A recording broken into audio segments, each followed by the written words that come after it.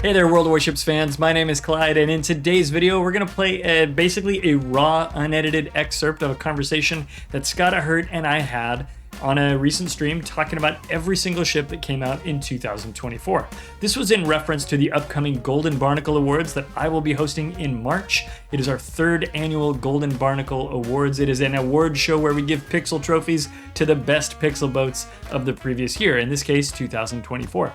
I really felt that the conversation Scott and I had was pretty interesting, pretty informative, and our Twitch chat got really involved with the conversation. So I thought you guys on YouTube might like it as well. If you enjoy the conversation, definitely hit us up in the comments and let us know. Ask questions. We'll try to come back and answer those. And of course, I'll also put a link to the Best Ship Award voting form on Google that you guys can go and vote for the best ship of the year for the Golden Barnacles. That is an award that is decided by you, the community, not by me, not by the panel of judges that decide the rest of the awards, but by you guys. So please go in there, vote for the absolute best ship of 2024, and I hope to see you on the red carpet this March. Thanks for watching, guys.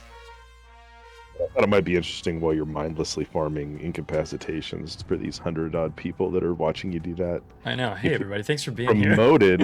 Promoted the People's Choice Award vote, but but I was just going to say, I'll just walk down the list here.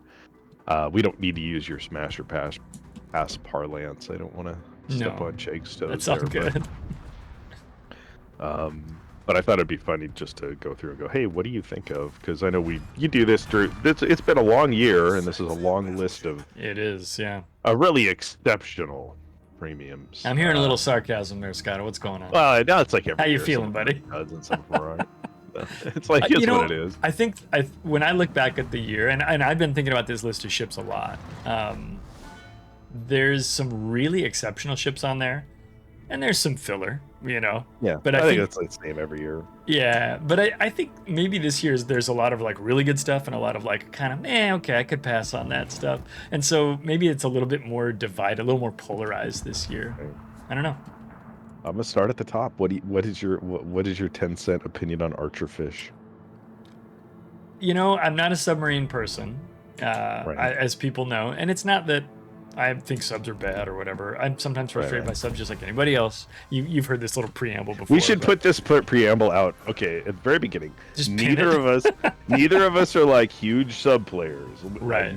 Both of us generally only play subs when we are forced to. In Clyde's case, it's by like votes and things.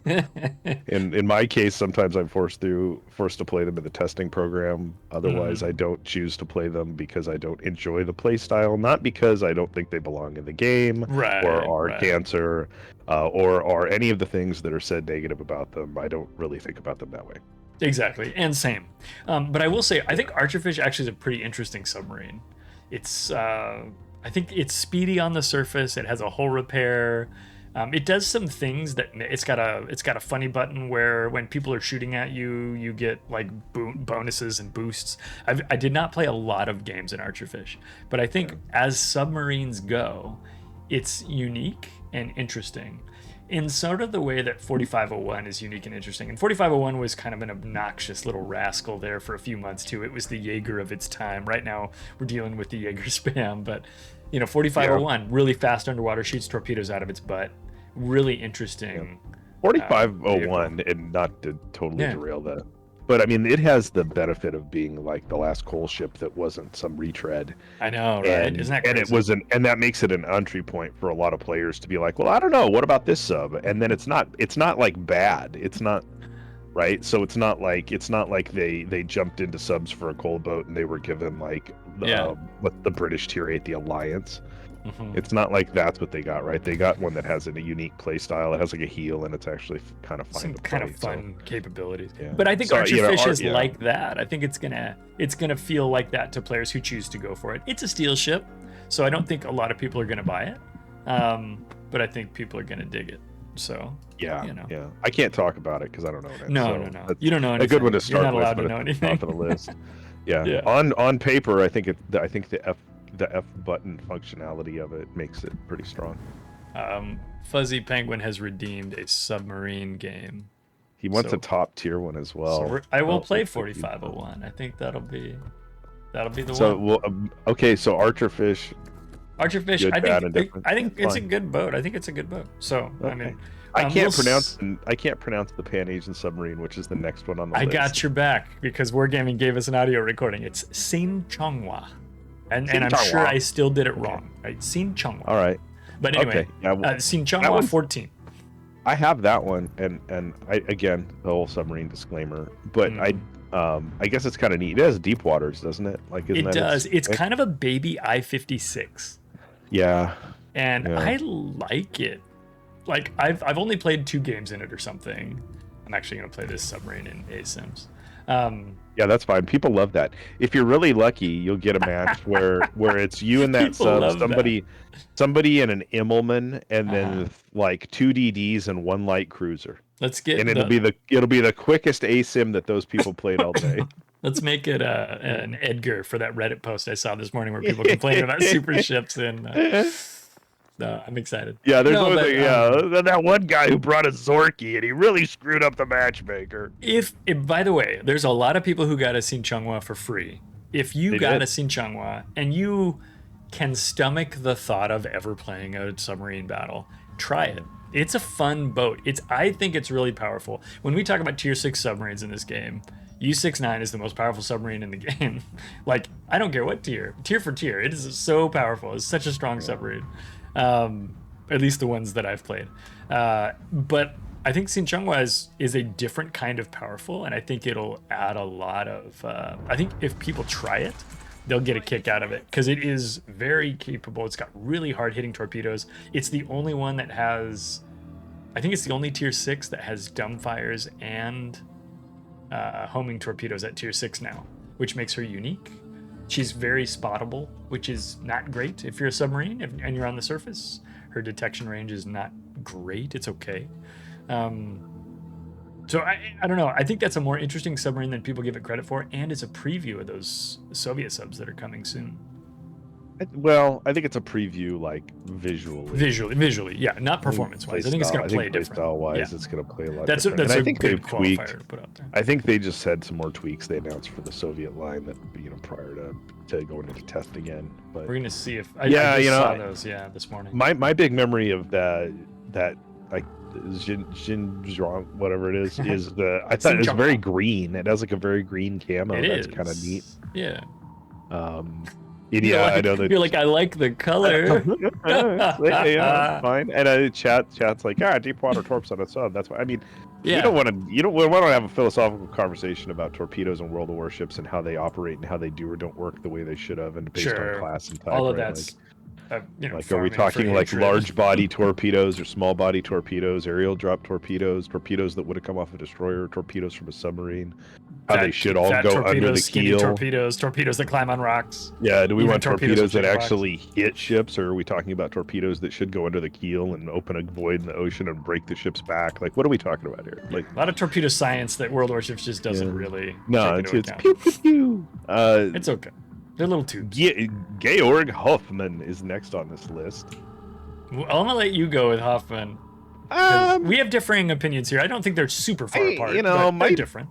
I still think my 10-cent take on it, which is if you take a tier 9 tech line and you give it the mechanics of Z52 and you shove it to tier 10. And then you sell it for a bizarre methodology. Like, okay, whatever. But like, I don't know if my opinion on it's changed a ton since I've gotten it twice. It's the one. Actually, I was gonna say it's the one gold ship that I got. But then the other day, I got a gold crate from a basic crate that was free, and that gold crate gave me Chikuma 2 gold. Oh, nice. Yeah. I think I saw you post it. Two of those terrible golden ships, but. Of course, didn't get the one I would actually play. But Hoffman, it's not my personal preference when it comes to destroyering in 2024 or 2025. Destroyer players in 2025. Yeah. I always liked that line's gunplay, like the actual line's gunplay. And I think what bugged me about Hoffman was that its shells are toned down from the Elving. I think that part of it's kind of a bummer. I think it'd be cooler if it had. I mean, it's already like, well, we took the tier 9 and rammed it to tier 10 mechanic. And we did that, you know, but we gave it hydros, and it's more like Z52 in that way, blah blah blah. And I think, you know, probably better concealment. I think it's sneakier than the main line. But I don't know why, you know, to make it premium, it only has 6 guns. Like, why couldn't it have still had the shells, like the good shells? I don't know. Yeah, I'd say that's... You know, God forbid it actually be like, you know, special or fun, but I think the idea there was they're trying to make a torpedo flavored gunboat because they give it a lot more torpedo power than the other boats have, but that makes it kind of an all-rounder. And one of the things that I think players will complain about frequently is that players will say all-rounders don't work, right? They want something that's super min-maxed, and that makes it really good at one thing. And in this case, you kind of got a little bit of 2 skills, which allows you to build the boat in 2 ways, but probably doesn't make it the most powerful at either of those things. And I think that's what it'll suffer from. I still like the boat. Agree. I think she's fun. I agree. I wouldn't even throw out the old jack of all trades, master of none thing on it. I think that's kind of disingenuous, but I agree. It's a hybrid. Yeah, it does a little bit of both. Z52 is a hybrid, right? So if you take for sure the hybrid mechanic and you throw it, that's what it is. Take the hybrid, take the Z52 mechanic, or how the normal DDs worked, the normal German DDs worked, and throw it on one of the DDs from the other line. Give it some of that juice, some of that flavor. Still, you know, and that's fine. It is what it is. I think the sales methodology in the event for it kind of hypes it up. I think, you know, we've talked about this. You know, people are like, well, that's a steel boat. No, it's a boat that was sold for steel at Christmas time. That's different. It is. I do not believe it's a steel boat, but that's neither here nor there. Well, and we just saw that they added Chikuma 2 to the Tier 9 ship crates, right? So we know that's not a steel boat now, right? But we kind of knew it wasn't a steel boat already. I don't remember if they added any of the others, so I don't think the others have been added. So. God love them. They did everything they could to sell Chikuma 2 for a ton of money twice, right? And they good on them. And they got it done. They certainly. There's somebody somewhere that got a Christmas bonus or an end of year bonus for going, hey, you know, this ship that's a hybrid, as much as people complain about them, what if we sold it rarefied twice and they sold a bunch? And, yeah.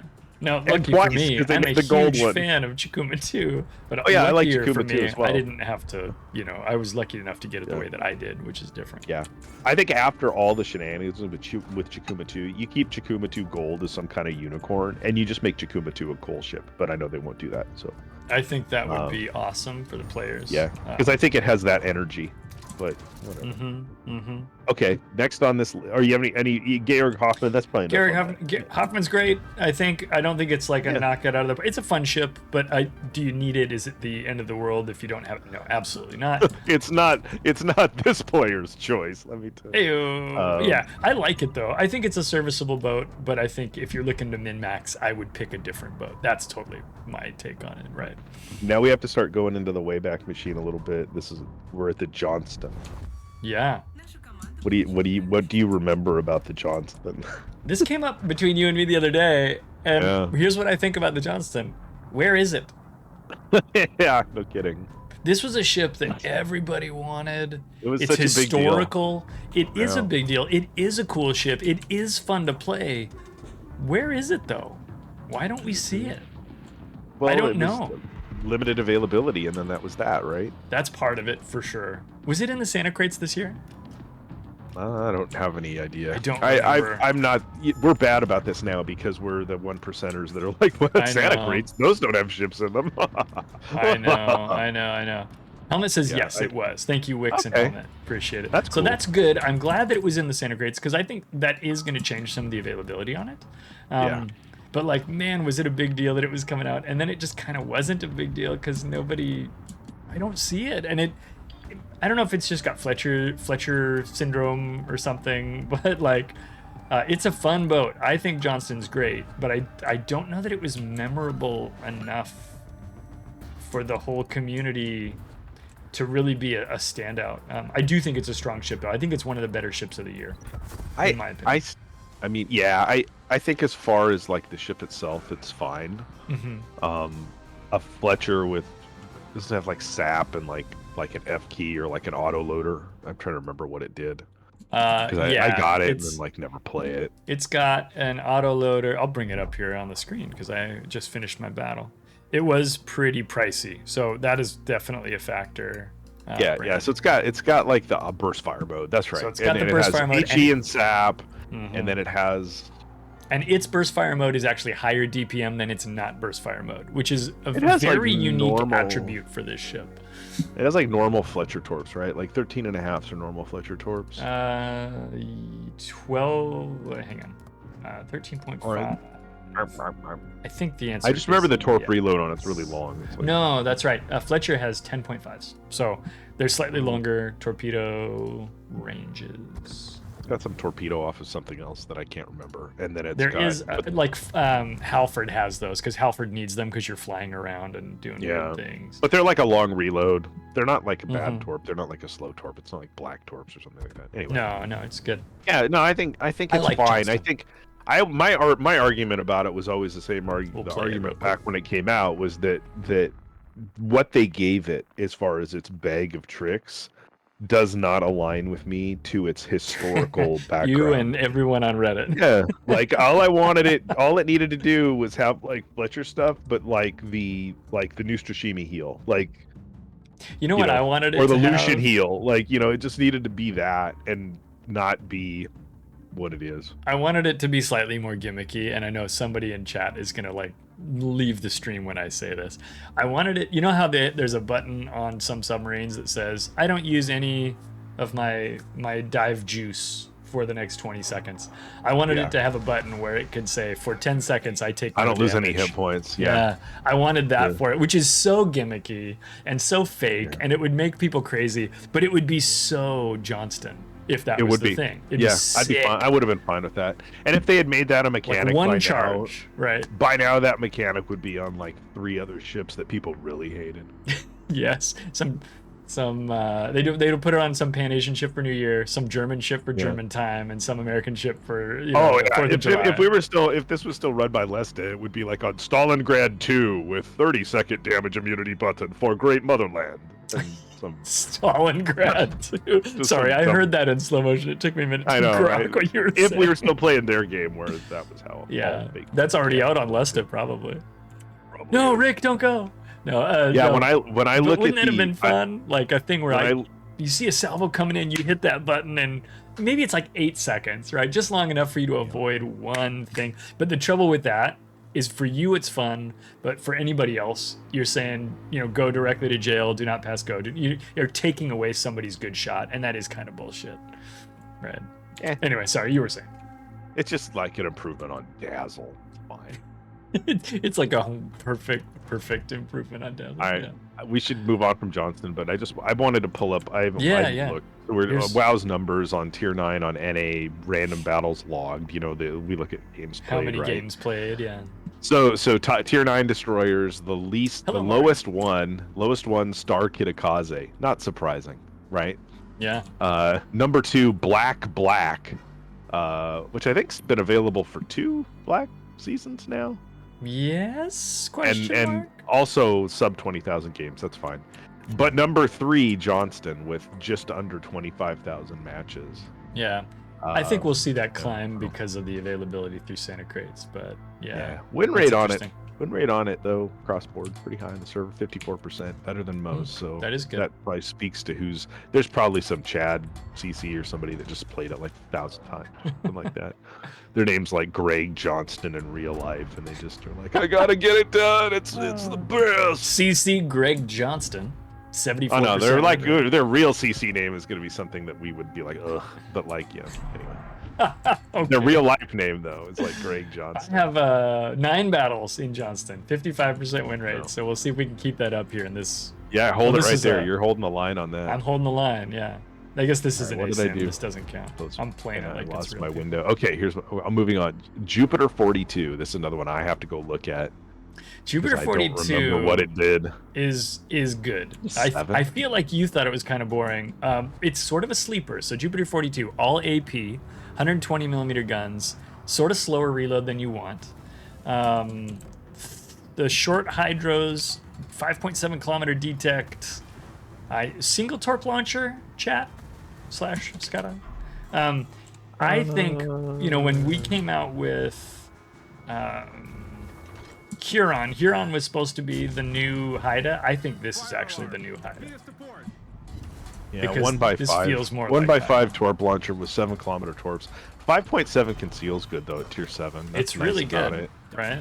And AP only. I assume the AP was like I think there's some improvements to it, but low fuse AP or something. I kind of remember this boat. It does actually have a little British smoke. It has hydros. the British smoke, nice. Yeah. Yeah. No, I think Jupiter 42 is a really good boat. I think one of the things that'll give her a challenge in being up for Golden Barnacles this year is she's low tier, right? Yeah. We've talked about. I don't even remember what was the distribution method on that. Was it like was that during the D-Day event? Yeah, was that during the D-Day event that came out? I assume it was loot boxes or something dorky like that, but it was during the D-Day event. You could get this. You could also get that really cool camo for the Tier 7 British Tech Tree destroyer. All I remember from that event is the Baltimore camo, which is sick as well. Yeah, like and I mean because I played that mode a lot, but I don't moving on, right? Like it's always moving on. But there's always another I think thing, looking at Jupiter 42, like the concept of it looks fine, and it won't win this award because nobody votes. Well, I shouldn't say this that. one. You never know. Sharnar's 43 won last year, but I mean like that's got all the. Yeah. That's got all the things that are going to get the public to vote for it. I will say, it's German. It's a secondary ship. Well, and the other thing we talked about is somebody said Wisconsin's going to win the People's Choice Award. I said, is it? A ship that costs money has never won this award. Now it's only been 2 years, and so if something like Wisconsin, and we'll get to Wisconsin later, if something like that wins, it'll be the first time ever that something like that came out. Piper says it's not getting 0 votes. I think you're referring to Jupiter 42, and I agree with you, Piper. I think people are going to vote for Jupiter 42. I think it's a good vote. Yeah. On the NA server at current time, Jupiter 42, the least battles played in a Tier 7 DD at 8,900. That's pretty low. How's the win rate on it? I bet it's pretty high. 57%. Yeah. I think it's a pretty strong. Nobody has it. Machine. And so I think the least battles played, and not that we should be telling people vote for your favorite ship. Don't let us. No, we're just talking about these. We're just talking boats. This is a replacement for 40 hot take videos. Yeah, it's just a lot easier to do. Just like, look, okay, what's the ASW like? It's the same. It sucks on all of them. Moving on or whatever. Yeah. Moving on. Okay. Yeah, I know. I don't remember playing Jupiter 42, which is funny because I probably played it a fair amount. And like you said, yeah, I think you were like, it's okay. Yeah, I don't remember not liking it. I don't remember liking it. It is what it is. I think that's about where you were at on it. You were like, this is not a new and exciting boat. And I was like, I don't know, man, as I often do. I go, I don't know, man, it's kind of neat. Like, I'd have to go back and look at dev hyperfixate on it. I'd have to go back and look at dev logs and see if it had like how it was different when I was playing it, and if it got better. Maybe, yeah. Or worse, like in my head, I feel like it had a bad concealment, no smoke, but I'm probably thinking of like stored 43 or something. Yeah. Yeah. Kalmar. Kalmar. Christmas dockyard. Most people would have gotten Kalmar for free. Yeah, even if you didn't finish the dockyard. That's a freebie. Yeah, it's a tier 5, so you're not seeing it in ASIMs, even if people did get it for free, which probably means nobody's really played it this month. Yeah, no kidding. Yeah. Calmar's fun. Doesn't it have like 10-kilometer torpedoes at tier 5? Yeah. The torps are really long for tier 5. Mm-hmm. Yeah, right now on NA Kalmar, 1,558 matches logged. Oof, that's low. Yeah, I mean this is also brand new. It just came out 2-3 weeks ago, right? Kalmar, I think, is a fine boat. I don't think it's a real showstopper necessarily. I do like it. It's got really short range guns. I think they're under 9 kilometers, under 10 kilometers. Yeah. The guns are painfully bad, and not only is the gun range short, it's like 9-ish, but the HE has no pop. It's the AP is actually like 2,200 damage, but the HE is 1,600, and it feels bad.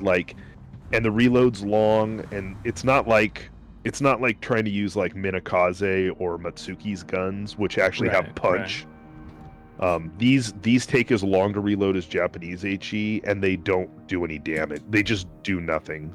Yeah. Like I specifically recall trying to get like coup de grace with these guns, like on a low health DD. Last hitting low health DDs. And, and it not working. Like landing multiple shells in this DD, just sitting there going blink blink, and like they're just yeah. yucco for the guns on it. I remember a lot of like 240 damage hits or something, Yeah. right? So Yeah, so they're rough. the thing is that's Wargaming's way of telling us, please use the torps, because the torps are actually good, and they reload fast and they go fast. They don't do a lot of damage because they're Pan Euro torpedoes. But Kalmar is worth playing if you ever play at tier 5. Give it a try. Give it a shot. It's not bad. I don't know that it's a top. No, it's not going to depose the Fujin. It's fun to play, right? But it's fun to play. It's not going to depose Fujin or Kamikaze, right? Because the torpedoes don't have the alpha. The torpedoes have do the same max damage as Jaeger torps. It's a lot safer, but they're a little slower. Yeah. Does it have a heal too? Yeah, if I remember right. Tier 5 heal. The torps go 76 knots. And so like if you put like your Holland captain on them, like the torps are going to go, relatively quickly. They're going to reload quick. And even though they don't do any damage, they have 10-kilometer range. So it's kind of fun to play in that regard down there. It doesn't have smoke because it's European. It's right. Basically a premium Bisbee, isn't it? It's very Bisbee-esque. Right. So. But I liked Kalmar. It's not going to win this award, but for a dockyard throw-in ship, I think it's fine. Yeah. I think there's going to be a lot of people that shark around in it, and do dumb torpedo things to Congos, which is fine. Next on the list, La Pampa. La Pampa. La Pampa is also known as the Pampa. Also known as the Pampa. La Pampa is. Everyone thought it was the end of the world. They're like, oh my god, so many torpedoes. It's not that big a deal. But La Pampa is fun to play because it's dangerous. The torpedoes are 10.5 kilometer torpedoes. You've got low concealment. I think you have a heal and smoke. You remember if there's smoke on the Pampa? Yeah. I think there is. Because the F key's tied, so it has the F key gimmick, kind of like the cruisers would. Yeah. The Pan Am cruisers, where the F key sets you up, because everything has all its consumables have a long reload. Yes. And then it's got this gimmick button. I'm trying to pull it up here so I can read it directly. But the F key is consumable prep and reload drops by 85%, right? So it's kind of like on San Martin or whatever, where your SOL, because everything has a long reload. So they kind of carried that gimmick to it from the cruisers, and charging that is all about staying hidden. It's every 10 seconds you're unspotted, it goes up 5%, and when you land torpedo hits, it goes up 25%. And that's what you want to do in that boat. You want to stay unspotted and dump torpedoes into people. And because those torpedoes are 10.5 and your concealment's upper 5s, it's always exciting. Yeah. You're always in a state of danger. Wix points out how slow she is. She is slow. That's true. She is slow. She doesn't have a speed boost. Inherently, it has a very British feel because it's that kind of DD. It's like a Jutland with a turret stripped off and I've got her on rack of torpedoes added. Screen here. And the heel as released is just a heel. In testing, it had a super heel, which was awesome. But that didn't make it to the final version. But yeah, the whole gimmick is that you dump 15 torps. And it's still, for the record, it still has a heal. It doesn't have the super heal it had. It just doesn't have the super heal. You dump 15 torps and then you reload the torps, or you use the torp reload booster to dump 15 torps, and then you use that F key to bring back the torp reload booster and dump 15 torps and dump it, and just try to stay hidden and drive around and do that. And I think it's fun. I like it. The biggest complaint that I remember about it from people is that they didn't like that the torps only were 10.5 kilometer. Yeah, everyone wants a torp for complete safety. They want 20 kilometer torps that go 100 knots and have a 25,000 alpha damage, and then it's slow, right? That it doesn't have a speed boost and that the ship itself isn't exactly fast. But I think as far as torp playstyle, because it's a 5.8 conceal, you can shark around in it just fine. It works really well with Lisboa. His relentless firing skill that you're never really going to do on it because it takes like guns to do. But if you landed 175 gun hits on it, you would get 10% torp reload. So like that's probably not realistic. Yeah, with 4 barrels, that's gonna be tough to do. But his skill that shoot. partially fills up your combat instructions because you've done the combat instructions twice. Yeah. Like that, you're gonna proc that if you don't die, right? You're gonna get that skill off, and then you can reload your stuff even quicker because you bring back the thing to reload the stuff quicker, more often, and then you can shoot through those torp reload boosters. You only get 3 of them, but you want to use them just to keep flooding the water space with torpedoes. So I like the Pampa. I don't know that it will win this. Again, this is one that like nobody has. I think the exclusivity is going to make it tough, but it does not mean it's not a good boat, right? Yeah. It's only been out. When did the boat come out in like October, November, in the and fall it's got 18,000 games, 18,400 games logged, which is more not than bad. More than both Hoffmans, but interestingly, more than Kleber CLR, which is like a. Come on, you CCs, play Kleber CLR more. Get it up that leaderboard. Whales and CCs. This La Pampa game could come to a very sudden end. Oh no, I'm still alive. Hey, by the way, remind me when this battle's over. We're gonna give away an eastbound, westbound camo. In fact, I'll give away 2 because we got to talking and I forgot about that. So guys, enter to win !pizza. If you want to enter to win, we're giving away a permanent eastbound or westbound camo, depending on what RNG chooses for you. But no, I think La Pampa is good. It's got a lot of interesting tools.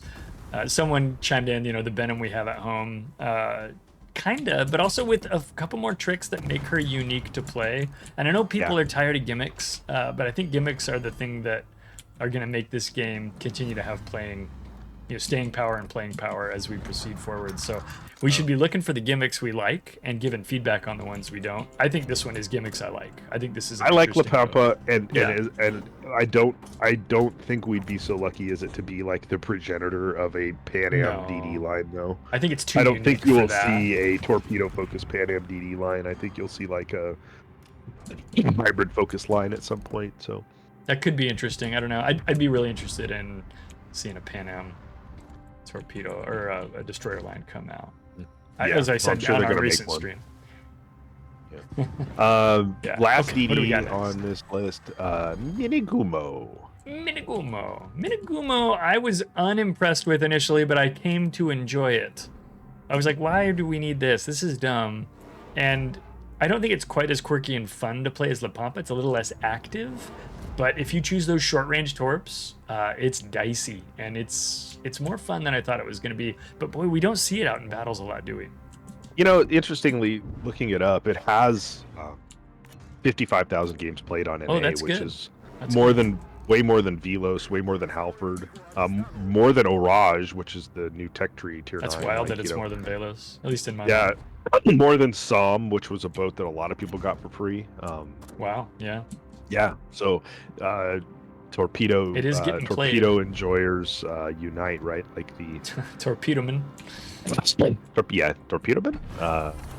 What was it? Its gimmick was that you could switch between. So it's got like it's not like deep waters. It's like what's it have? It has 6.5 kilometers. They're not even like F7s. They're like crazy. No. They're like 6.5 kilometer torps or 15 kilometer torps. They're basically absurdly short range but huge damage. And then, or there's long ones. And so there's that. It's got very good concealment. I think it's 5 point something, right? 5.7, 5.6. It's very low on the concealment side. Maybe it's 5.4.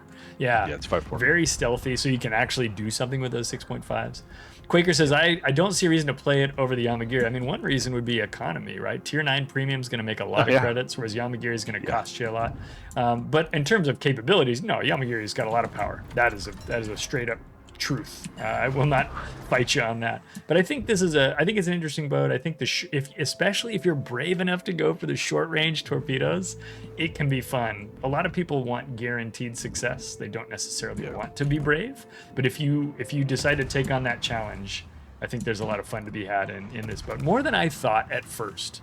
Because I thought, I don't care. This is another torpedo boat. Yay. I like the F7s on Shima, like the 8 kilometer torpedoes that scream, that go fast and hit hard. I love the Azure Lane Yukikaze because that's what it has at like tier 8, Yes. which is like comically fun at that tier to dump those high-speed, heavy damage torps. Right. This isn't those, right? These are 6.5 kilometers to get that same kind Right. of thing. So it's like, oh boy, we're really close. Yeah. And in its tier range soon, it will be stealth detected by the nefarious new 7-kilometer hydro. But I think this is fine as far as like the torpedo boat. I liked that it was not a super ship that had the alternate torpedoes. Because I think prior we'd only seen that on like Dalarna and Yamagiri. Yeah. And I guess Kitakami, but like, whatever. Right. Yeah, I don't, and I like the, I always like the stealthy Japanese DD torpedo boat play style. It's very feast or famine. This is one, sorry, go ahead. No, so I'm just saying, like, I think this boat's fine, but yeah, I don't feel like you see it all the time. But then again, there's a decent number of games for it because it's got its community. I don't remember the distribution method, wasn't it? I think you had to buy it. Like, I think it was just money. I think you just bought it. Yeah. And that's another thing that makes it a little bit less available to players.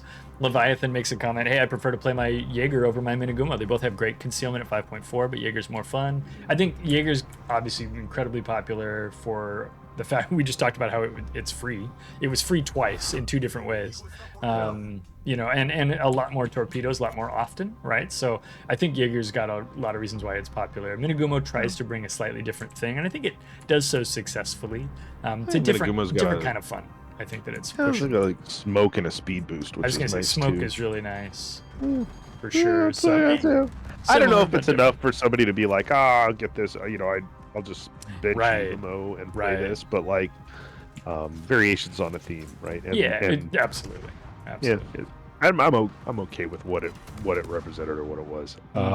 So that's the DDs. We didn't just real quickly. There was only 2 submarines. Subs and DDs. There was 1, 2, 3, 4, 5, 6 DDs. Out of those 6 DDs, I probably like La Pampa the most. Just because of because I think it's fun, but I should probably go back and revisit Johnston at some point. I was going to say, I think Johnston, Jupiter 42, La Pampa, and again, even though I don't play it as often, Minegumo I think is strong. There's some good DDs this year, really. I know. Whether or not there's a lot of variation there. Yeah, whether or not there's one for you as a player, that's entirely a personal question. But I think there were good options this year, and as always, I love DDs, so I'm always looking for the next one, right? So I'm eager to see what's coming out in that segment next year. It's not a tier 8 to be seen there. That is interesting. Tier 8 was just all premiums will be tier 8. There's so many tier 8s, and now it's just like, no. A year or 18 months, it's been lots of 9s, right? It's all 9s and 10s. We talked about this the other day. Yeah, we did. Almirante. Okay, you're going there. Almirante Oquendo. Okay, and does everybody remember this dockyard? Anybody? Oh man, yeah, we do. Elar is lurking. Hello, Elar. In the dockyard section of my port, parked right between Anchorage and Heisen, is the Almirante Oquendo. The Oquendo. Also known as the mothball section. Hey now, I think that the Almirante Oquendo is a boat for a very small segment of the player base. People who like Zhao. Spanish dockyard men. Yeah, the Almirante Alzando is what it should have been called.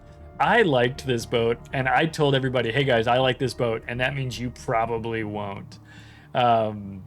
And so that's because it was kind of based on a meta that a lot of people, I think, don't think is effective. And I don't know. I'm a big fan. Brand points out this was a free dockyard boat if you already paid some money for Leipzig earlier. And so that's actually kind of cool. If you picked up a premium at an earlier event, you could get this one fully for free. We actually had 2 free dockyards this year. The other one will come up later. Oquendo is an accuracy ship. We've been talking about the accuracy meta This is a thing Wargaming's been doing for a few months. They've been making accuracy boats. This one is optionally accurate. Even when it's not got its funny button turned on, it's still pretty accurate. But when you hit the F key, it really tightens up the dispersion, and you can land all 12 shots from a salvo. They're 203s. You can do a lot of work. You can do a lot of farming with this boat. I think Oquendo's fun, but not everybody sees it as very powerful. She's frail. She can take a lot of damage. She's not really exciting other than the idea that you hit F and fire it away, you know? So with the accuracy, but is this one going to take away any big awards this year? I think she's going to struggle to find fans, but I think people who like this boat are going to like it a lot. I don't know. The only award she's going to take is somehow less exciting than Njord. Like in regards to dockyard ships. Nominated for. I joke about it, like again, like you said, it's for people who like Zhao. It's I played when I played Oquendo, you played at range and you spam HE and it does fine until somebody finally hits you, and you can play. I play it like you would play a Henry or a San Luis. I play it at range. I'm slow moving. I accelerate juke and I kite juke and turn juke and do everything I can to harass. The HE on it's potent. I hardly ever use the F key because I think it's unnecessary. I think in the only cases time you don't need it. Yeah. I always found that like if a cruiser popped out inside a 10, I would switch to AP and try to use that F key to punish it with that tight pack of AP, and it always let me down. Oh, really? You wouldn't get the citadels out of it. It always felt like, oh, these guns suck. Just use the HE. And like so I found the best time, really the only time I wanted to use it was if I had a clean shot under 10 at a destroyer. I would switch to that with the HE on and try to just ram a big hit into a destroyer with with 12 HE, big 203 HE rounds, right? Yeah. But otherwise, like in its normal play style, I wouldn't use the F key at all because the way it nerfs the reload, and the reload on the ship is not epic to begin with. Yeah. The adjustment to reload is, let me find it here. So it's 11.4 seconds base, and then this adds 40%. So I think it turns it into like 17 seconds or something. Yeah. And so like just in general, like as far as HE farming, like at 15, 16, 17, I think it had a spotter as well. Yeah, it has a spotter. It does, yeah. And so like you just sit back in it, kiting in a kite away position and lob HE at battleships and rack up 100,000 damage without trying and go, oh, it's fine. It's like one of these boats. And in that way I could see here, like, yeah, it's like Zhao. Like, okay, yeah, I get that. Like I think Zhao certainly has some tankiness, some ability that this I don't does think not Oquendo have. has. That hull, no, I agree. The hull on this thing kind of sucks in that regard. And at tier 9 you get overmatched. This is what it is. But yeah. It's fine. But an underwhelming dockyard. And in that regard, it doesn't feel like, compared to the Andalusia, which it is, the same hull and everything as Andalusia. It's just that Oquendo has 203s and Andalusia has the bigger the ones, 234s like you would find on PVO. I think you can play Andalusia relatively the same way, although you don't have probably as good a range. But similar mechanics like spotter and everything, and I think you just play Andalusia. If you got Oquendo for free, that's fine. It's a Spanish tier 9 premium, so it has good economy. Good for captain training if you did. Yeah, good for captain training if you need to get some points for Martina Verano. Throw her on there and get some points on her, then there in Victoria, just move her back and forth. Let me take a moment here. We'll do our giveaway while I'm still thinking about it, because otherwise I'm going to forget. So chat, throw in your exclamation point pizzas real quick. We'll give you just a moment to do so. And we're going to send a couple of these permanent camos down range with the t-shirt cannon to you guys. How you doing, Zap? Welcome to the show. Glad to have you here today. Welcome. And a happy Saturday to you as well. Let me get these going. I've only got 4 of these left, so we're going to give away 2 of them right now, which is a bit of a sweepstakes, if I do say so myself. Okay, this has been going on for about 50 minutes, so we may have a couple of folks who are not here. If you are here, please be alert. The first winner is Dog Cat Dog Cat, are you hanging out with us still? You were here, you were inquisitive, you were asking questions and telling jokes with us earlier. There you go. What up, Dog Cat? Congratulations. Let us know if you get an east or westbound camo. Let us know what you hope for. Looks like that is your first win on the channel. Is that right? Congrats, dude. I feel like we keep finding new winners, which is good. Maybe it means more new people are watching the channel. We like that. We're going to pick one more winner, and the new winner is Captain Caveman. It looks like, yeah, Captain Caveman, you have won our other east or westbound. Dogcat wants to pick up an eastbound. Well, good luck to you. Hope that's what you get. And there's Captain Caveman. Perfect. Fabulous. Sling that code right into your DMs there. All right, gentlemen, you are equipped. Fine people, and we're gonna throw down an economic bonus pack giveaway with that. We'll give away here in a couple of battles. I'll take the Oquendo into a battle here as we're just chatting about it, and we'll jump into ASIMs. We're getting close to finishing up those. This one might be a good one to get some in caps with HE. Which one? Oh, Oquendo. Hey, Oquendo. Yeah, I think she could work. I only need a few more, so maybe we're getting close enough here. Oh God, we better hurry up then. On to Brennus. Okay. Brent, I can't talk about Brennus. Have you played Brennus much? No. So actually, neither of us can talk about Brennus. I can tell you what I heard about Brennus. Sure. I think a lot of CCs and others that I talked to played it, and they said, I don't know why I would play this over Henry. And so it's got the guns off of the tier 9. What's the tier 9 that it has the guns? You beat me to my joke, which I was going to say. Oh well, the reason is because you want to use the Carno guns at tier 10 on a lame platform. Yeah. So you got some people would say, and these are not me. I can't confirm or deny this. It has the wrong guns on the wrong hull, right? This is the scenario that people might say about Brennus. I also hear people who go, but Brennus smash. And so if you catch the ships in the right angles and you get the right shot and you hit the things and Dispersion agrees with you, Brennus can smash stuff. So, I don't think Brennus is terrible, but I do think there are really good platforms like Henry itself that already do a really good job of this. But I find when I say this kind of argument, I don't really love. Perfect. I don't love it when other people do that. Well, I haven't played it, but this is what I think. So I encourage you to go find people who've actually played this boat. Yeah. Go find the 6 or 7 guys. Yeah. There's videos out about it. You can find out stuff there. I'm sure there. I was gonna look really quick at like games played on Brennus. Yeah. Brennus hasn't been out that long. Thanks for the gift. I think Brennus is supposed to be. I think you're supposed to use the AP. I can't. I think it was supposed to be like an AP ship. I think it is. SFNL says, "Oh crap, I'm one of those 6 or 7 guys," but it's just lame. Yeah, of course he is. Yeah. Well, that's fine. Thank you, SFNL, for your input. Yeah, we're getting some inputs from the chat. Brennus is lame. Don't vote for it on the People's Choice Award. You heard it here. Do, because you're crazy or whatever. So you're one of the 6 or 7 guys that picked it over Van Speak with your research points. Then you probably. Brennus came out, and just to not a lot of fanfare, and that was one of the reasons why I was busy-ish at the time, and I just didn't take the time to go and log games in it. So we can sometime, if you guys want, we can bring it up on the press account and go try it. But hey, in 17 days when there's an X2 reset, I might be playing Brennus. Actually, maybe me too. I don't know what else. I think I'm running out of things to use research points on, and I refuse to buy leg mods. So right, you're still boycotting leg mods. I wonder if one day I think that dam might break for you. I don't know. I almost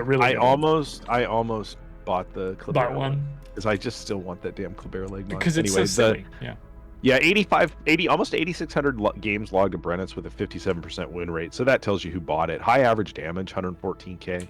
Yeah. Skilled players who got everything else. Skilled players that bought it and are just like, well, I got to make this piece of crap work because. That's what's happening. They're just like, I gotta use it because it's sunk cost fallacy. Yeah. Let's talk about. We'll get to the same concept when we talk about Van Speak probably. So that's Brennus. Chikuma 2. We've talked about Chikuma 2 a lot before in other videos. I think we talked about it in. Yeah, we have. When did we talk about it? There was some video where we talked about it. Where we talking about like. What the heck were we? Was it? Did we do a video where we just talked about? We talked about the hybrids. Yeah, we did a ship show about all the hybrids. You guys should check it out. It's on YouTube. Yeah, we both like Chikuma too. If you got it this Christmas season or holiday season, that's cool. If not, it's being moved into tier 9 ship boxes and being more available. Oh no, not an Oquendo. I know. I forgot that I'm playing against like 12 bots or whatever. Let me guess. Some monarch. Was it a monarch that no scoped you from 15? No, it was a sign up from 12. There you go. I deserve that. That was dumb. Oh, you were way too close to a sign up. Yeah, I'm way too close to sign up. Oquendo, everybody. Yeah. So I don't think we need to talk about Chikuma 2. We both like Chikuma 2. Yeah. Chikuma 2 is a good hybrid. Yeah. I don't think I would vote for it on this list, but I don't dislike Chikuma 2. I think Chikuma 2 is fun. I like it. I like the cruiser aspects of it too, much like I like Tone. So like and then it has better planes because it doesn't have like the same low tier planes that Tone has. It has like more usable planes. I was gonna say aren't as weak. To do a roundup of it, you know, it's an IJN cruiser. It's got 203s with excellent concealment. I think it's sub 10. It's around 9 or something. Yeah. It's got smoke, which Tone doesn't have, and then it's got hard hitting. I'm gonna Hakuryu planes. I don't remember which torpedo bombers it is, but it's 2 bombers that drop hard hitting torpedoes. It's a really good hybrid. So just for folks who like hybrids, this is a good one. It's got some good concealment tools. It's got hydros. It has. If you like hydros, smoke, that's awesome. Good concealment, a heel. Yeah. It has it's well rounded. It has turny torps. It has squiggly torps. Oh yeah, which is like on board. It has good, which Tone doesn't have. It has like good angles on its onboard torps that actually hit hard as well. Yeah, like, so unlike the other torpedo angles you'll see in those Japanese. Yeah, and good Japanese, 8 guns all forward, right? But like good Japanese HE, like it's fine. Like it is what it is. It does good work. So yeah, big fans of Chikuma 2. Will it win this award? Probably not. As you said, I think the availability is going to be a thing that's challenging for it, but I do think it's a good boat, and it's one of the ones I'd put in the top half of 2024. And this is where we hit the run of hybrids, because now we're going to talk about Hildebrand. Hildebrand! Boy, where is it? Remember Hildebrand when it was this scourge of the earth? Bane of all time. It will destroy WoW. Every tier 10 match has 7 Hildebrands and 3 Jaegers. So many carriers in this game. 2 subs and 3 carriers.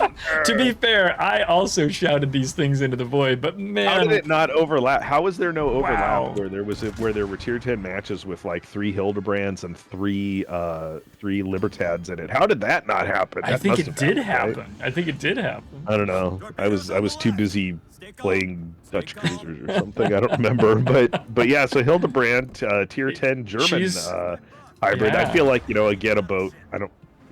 We don't need to talk about a ton. No, it was definitely a big fad. She is capable. She's powerful. She's got great torpedoes, airplanes that are available all the time.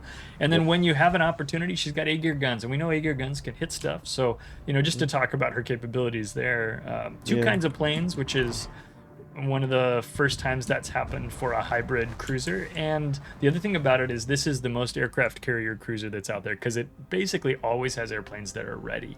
And so she's more carrier than any other hybrid we've seen in the game, which, if you don't know that, now you do.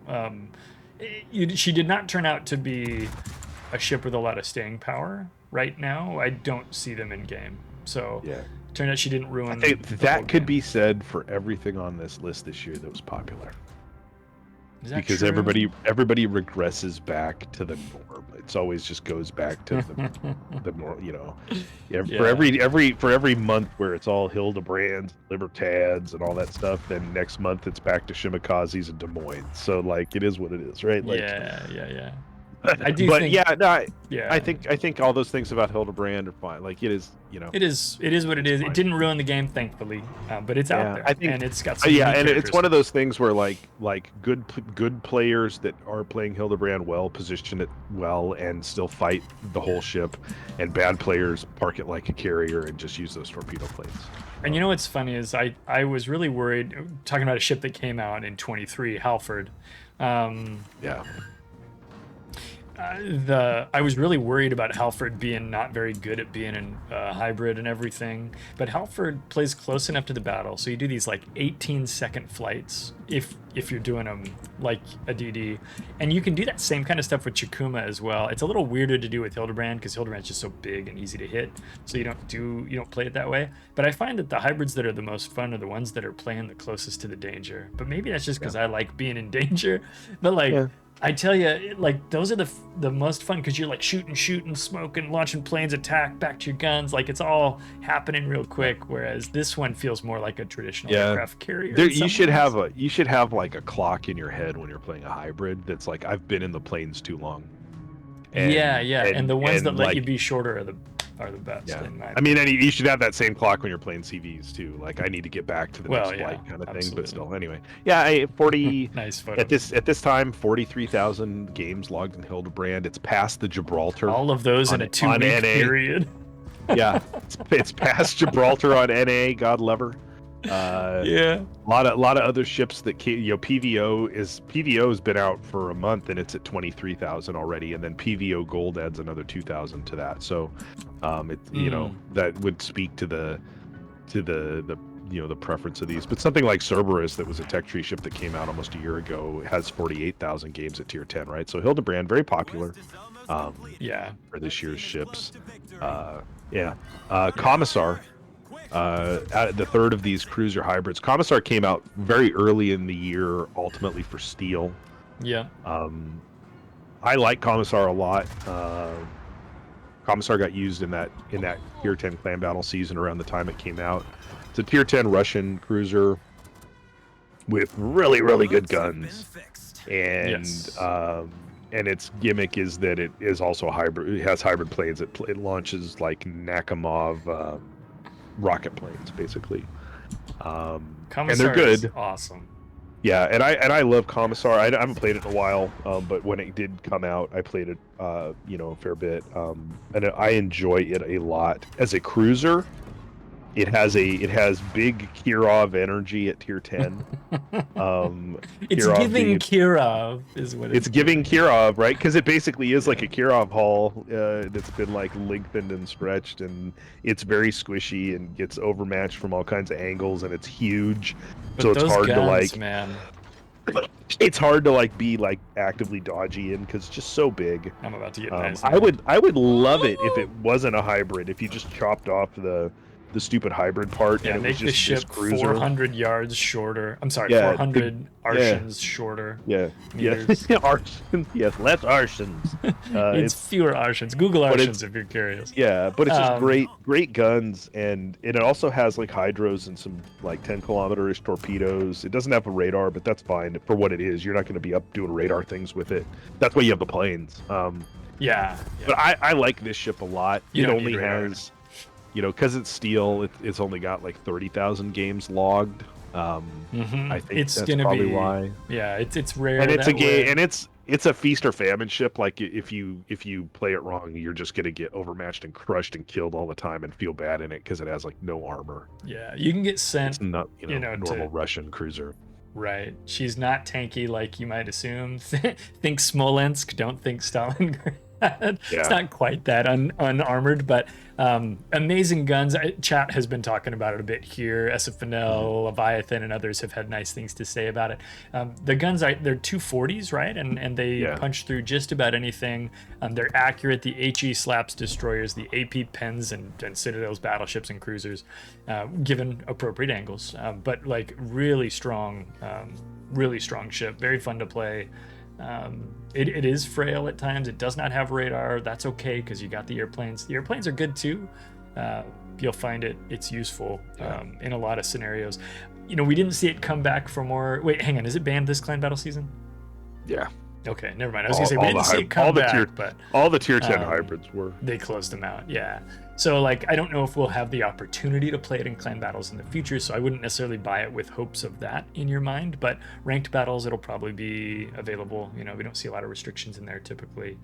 And so I still think it's a fun button. It's fun to play in randoms as well. So yeah, great ship. I think for People's Choice it might have a hard time, but I think for other awards there's a might be what I vote for. There's this is my vote just because I like it, but it's not going to be a winner on this award. Yeah, I think just because it's steel, right? But it doesn't mean you shouldn't cast your vote for it again, because like you just said, if it's your favorite boat, freaking vote for your favorite boat. Yeah, that's what I mean. Yeah, love to see it. Kozma Minin. Kozma Minin. Kozma Minin. Where I had is to think about Kozma? this one because I thought, oh, is this that Pan Asian one? I was like, no, wait, that's Tianjin. This one is Kozma? this I was is like, the which Soviet one. Which one's So- Kozma Minin? So Kozma Minin is a Tier 9 Soviet cruiser. It's a Yeah. Donskoy Hull with guns from Hipper from the Kit Bash collection, 2024 Kit Bash collection. The Michael Kors kit collection. See Thursday's stream. But yeah, what do you think of this ship? Have you played it much? I've played it a little. When I first got it, I was like, I don't understand what wargaming is. In fact, I just loaded in it here, right? I just picked it. We're going to play it. So, because I think a lot of people haven't seen this one. I didn't make a review on it. I didn't see a lot of reviews on it. I think, You didn't make a review on any of these ships, just to be clear. Everybody. yeah. Did I make any reviews this year? I think I made maybe one. It doesn't matter. Listen, maybe The last one you made was like Defense or Kitakami. Like you quit. Hot takes died in 2024. It's been a thing that we've talked about all year. And you're just like, and I was like, hey, you know what we should do? First quarter, we should do this conversation. Yeah, it's an idea, and it just never happened. It's just never happened. And so here we are in January. January. We missed it. It's the next year. Because I just wanted to have this conversation. So no, this is a great conversation. I'm glad we're having it. I should put this on YouTube. Chat, let me know if we should put this on YouTube, or if it's a bad idea. So Kozma Minin, here it is. Hipper guns on a gosh, what's the name of the Tier 9? You just said it. Donskoy. On a Donskoy hull. She's got a radar, but it's shorter range. Oh, no, it's 12 kilometers. Excuse me. 12-kilometer radar. Yeah, it's got 12-kilometer radar. It's got Russian radar. Yeah. I was thinking it had like a 9 for some reason, so I'm losing my marbles. It's got It's hydros. Torpedoes here, 6 kilometers. There's the short range item. I knew it had one. 6 kilometer it's got torpedoes. like German weaponry. Which is so, yeah. It's got like German torps and Hipper guns. Exactly. But then it has 12-kilometer radar and it has hydros, but then it has this freaking speed boost. It does have the speed boost, and I was just about to point that out. Yeah. It's only an 8% speed boost, but it has one at all. And as a cruiser, I love a good speed boost, right? Yeah. So this boat's odd and it's rare, but I think it's okay. It's so rare. I don't know how long it's been out. I can't remember. What was that, like 40 games? Like who's played this? I NA, played it twice, so I know I've got at least Tier 9 cruisers on out. NA. This has 3,500 games right now. Oh my gosh, that's so low. Chikuma 2 Gold has 2,500. BA Takahashi bringing up the end with 1,700. Oh, good. I thought you were going to say BA Takahashi had more. No. Azuma B edges this out. And so does Mang Chong. Recent joke I made on the Discord. So everybody check out the Discord for Skada's recent Mang Chong joke. But Kozma Minin. The fun thing with that speed boost is that you're in this 12-kilometer radar cruiser, and so if you use that radar, and it's normal like Russian radar, you use that radar and you pick up a DD, and then you hit that speed boost and keep charging at the DD so it can't get out of the radar. Like, it's hilarious. Like, that's funny. That's a good technique, isn't it? The downside is that you've got Hippers, you've got these like 4 203s forward with the kind of long reload, so it's hard to prosecute the DD yourself. But like, this boat, I think it's interesting. It's not too terrible though. In my build, I took a little. Actually, I don't know why it's shorter right now. I didn't take any damage. Right. It's 7 or 8 seconds, right? So it's like 8 seconds. Yeah. That's not too bad. Yeah, and the Donskoy hull, like, Russian light cruiser hulls, light cruiser, right? Yeah, it's a little trolly with the armor. I need to log more games in this one, honestly, to have a strong opinion about it. But I like all the tools. I like my my ships that have lots of things. So here's hydros and radar and hull repair and speed boost and torpedoes. Yeah. So it's got a little bit of everything, but it's not one that I gravitated to because I thought those Hipper guns are going to make it silly, and I think it's probably actually going to be okay. No, it's fine. I think it's a fine cruiser, and the best thing about it is we rattle off everything in its toolbox. Yeah. You never have to worry about seeing one. Nobody has it. Yeah. Nobody bought it. I don't remember what it was available for, but it was not available for a long time. It was probably just straight cash. For Red October, and then I think in October when they did some Soviet event. Probably straight cash. And it was, I think it was money or boxes, as it tends to be. But it wasn't like do a mission and get it for $12. It was, So I think it's pretty rare, and the game count that you just rattled off would seem to agree. If you took this exact ship and you just changed the nation to Germany, it would have 35,000 games right now. Oh, Just saying. what if the Germans won the war and this was a war reparation ship that went the other way? Yeah. Well, just saying.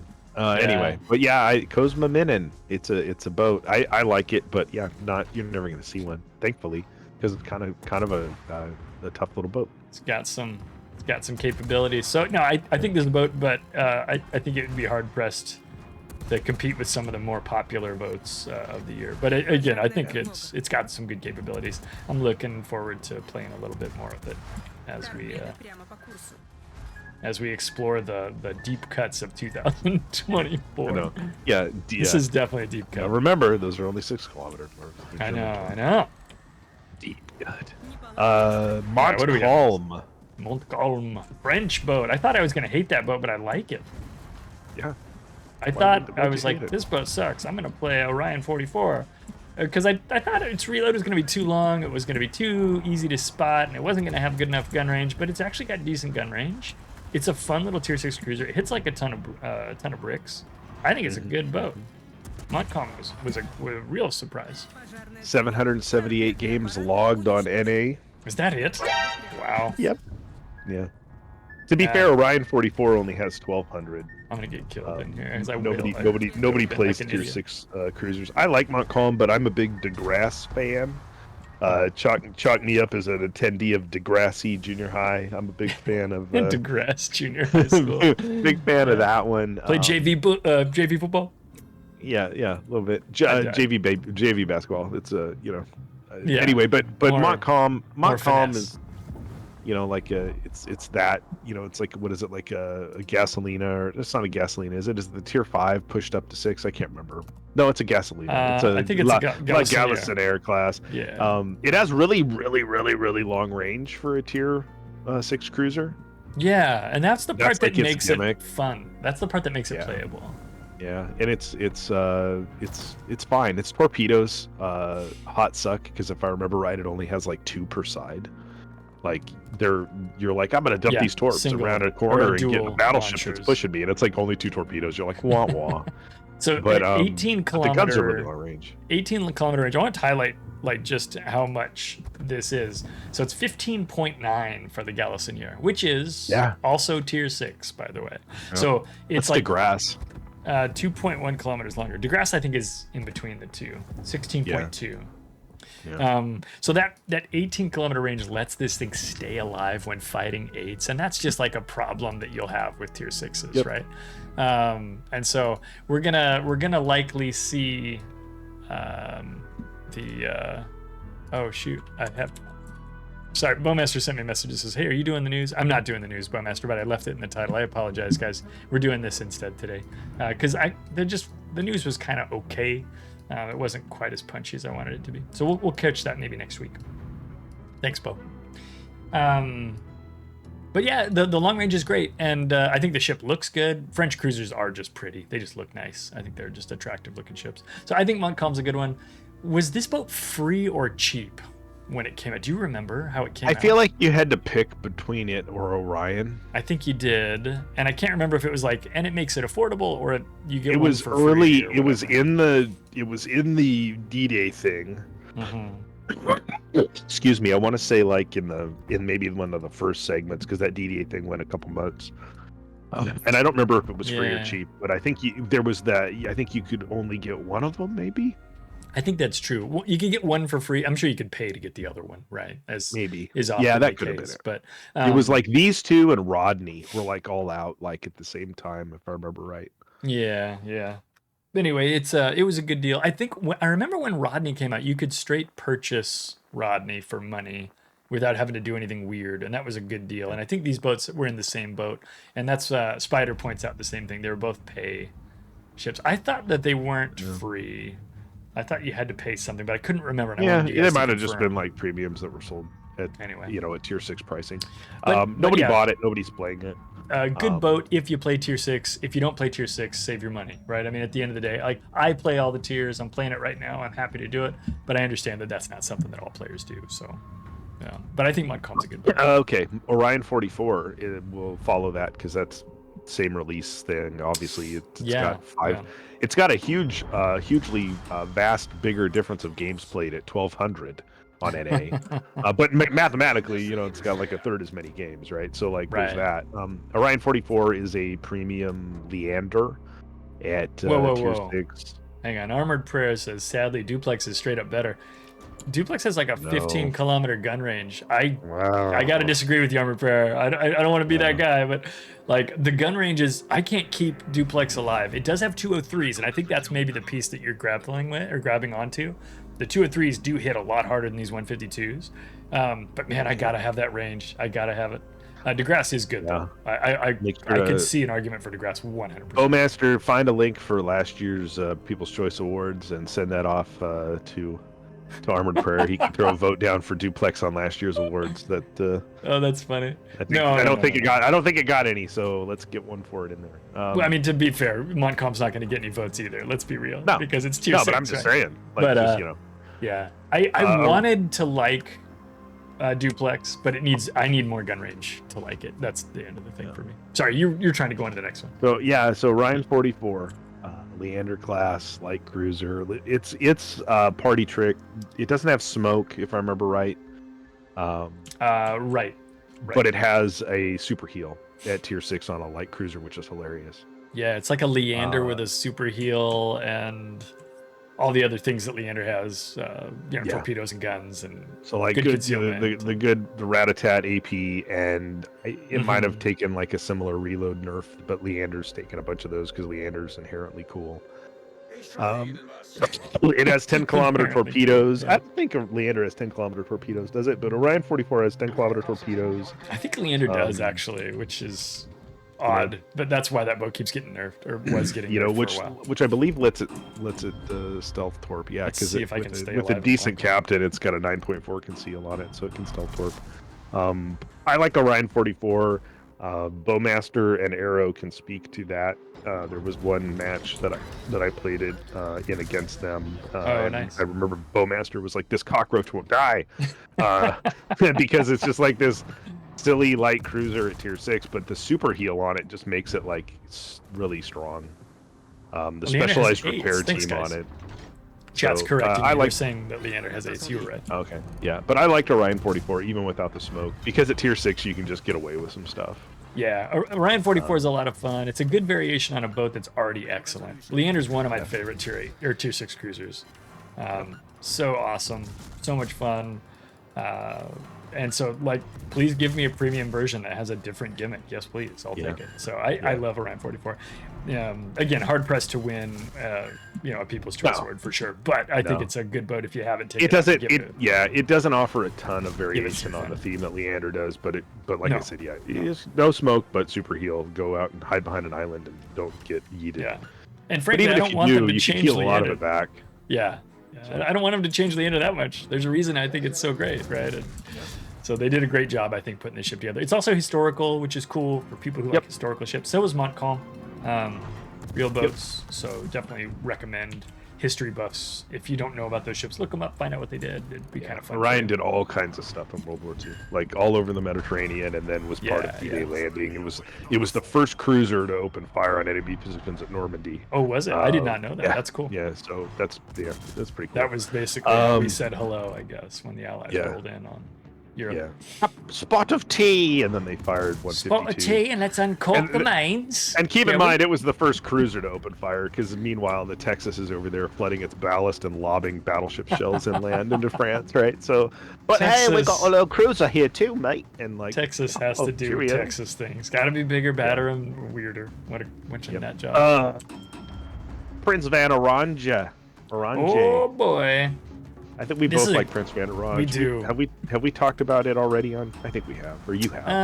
I mean, we've chatted about it. I think PVO is great. I think this is a standout ship of the year. Boy, was it expensive for people to get. Yeah. That's the part that's a real bummer.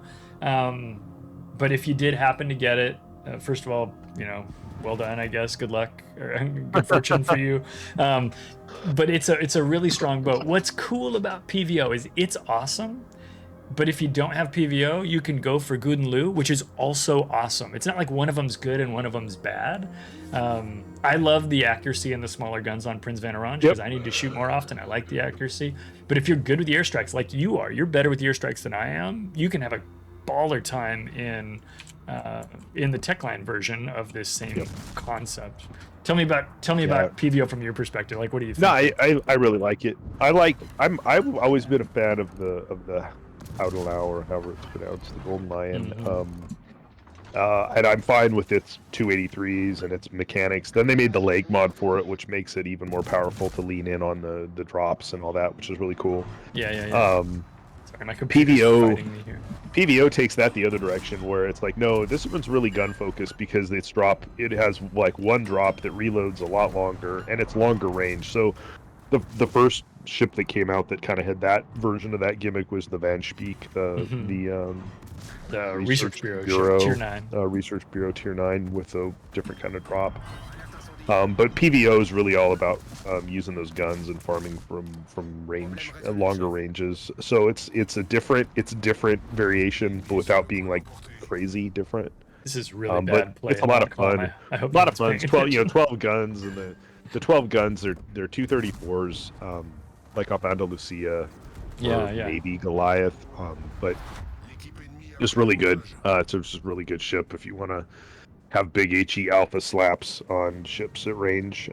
They're accurate and it's fun to play, and it has long range. It's just a good boat. It's fun. I think Prins van Oranje is strong. I think it's going to threaten to win an award this year. I don't know which one, but I think it's a good boat. I think there's a chance that it'll, there's this category. It's also in the cruiser category. So I think it's well loved and well respected, and it's recent. I don't want there to be recency bias, but there is, right? So when our judges and when our player base is voting, they tend to think about boats that came out recently. But good boat, I think. It'll win. Wins my award for best ship from the Steel Will event.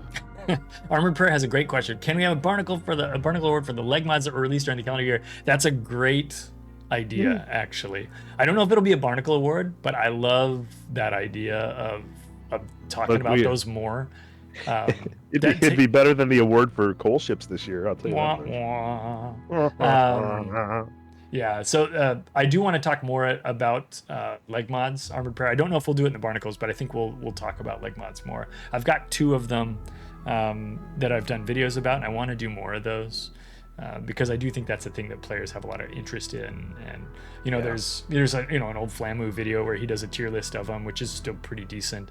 But I'd like to see more folks making more content comparing those things in a way where we can really see which ones are worth your RPs. Because like you say frequently, I should say, they're expensive, and it sucks that they're so expensive. And so we want to make more.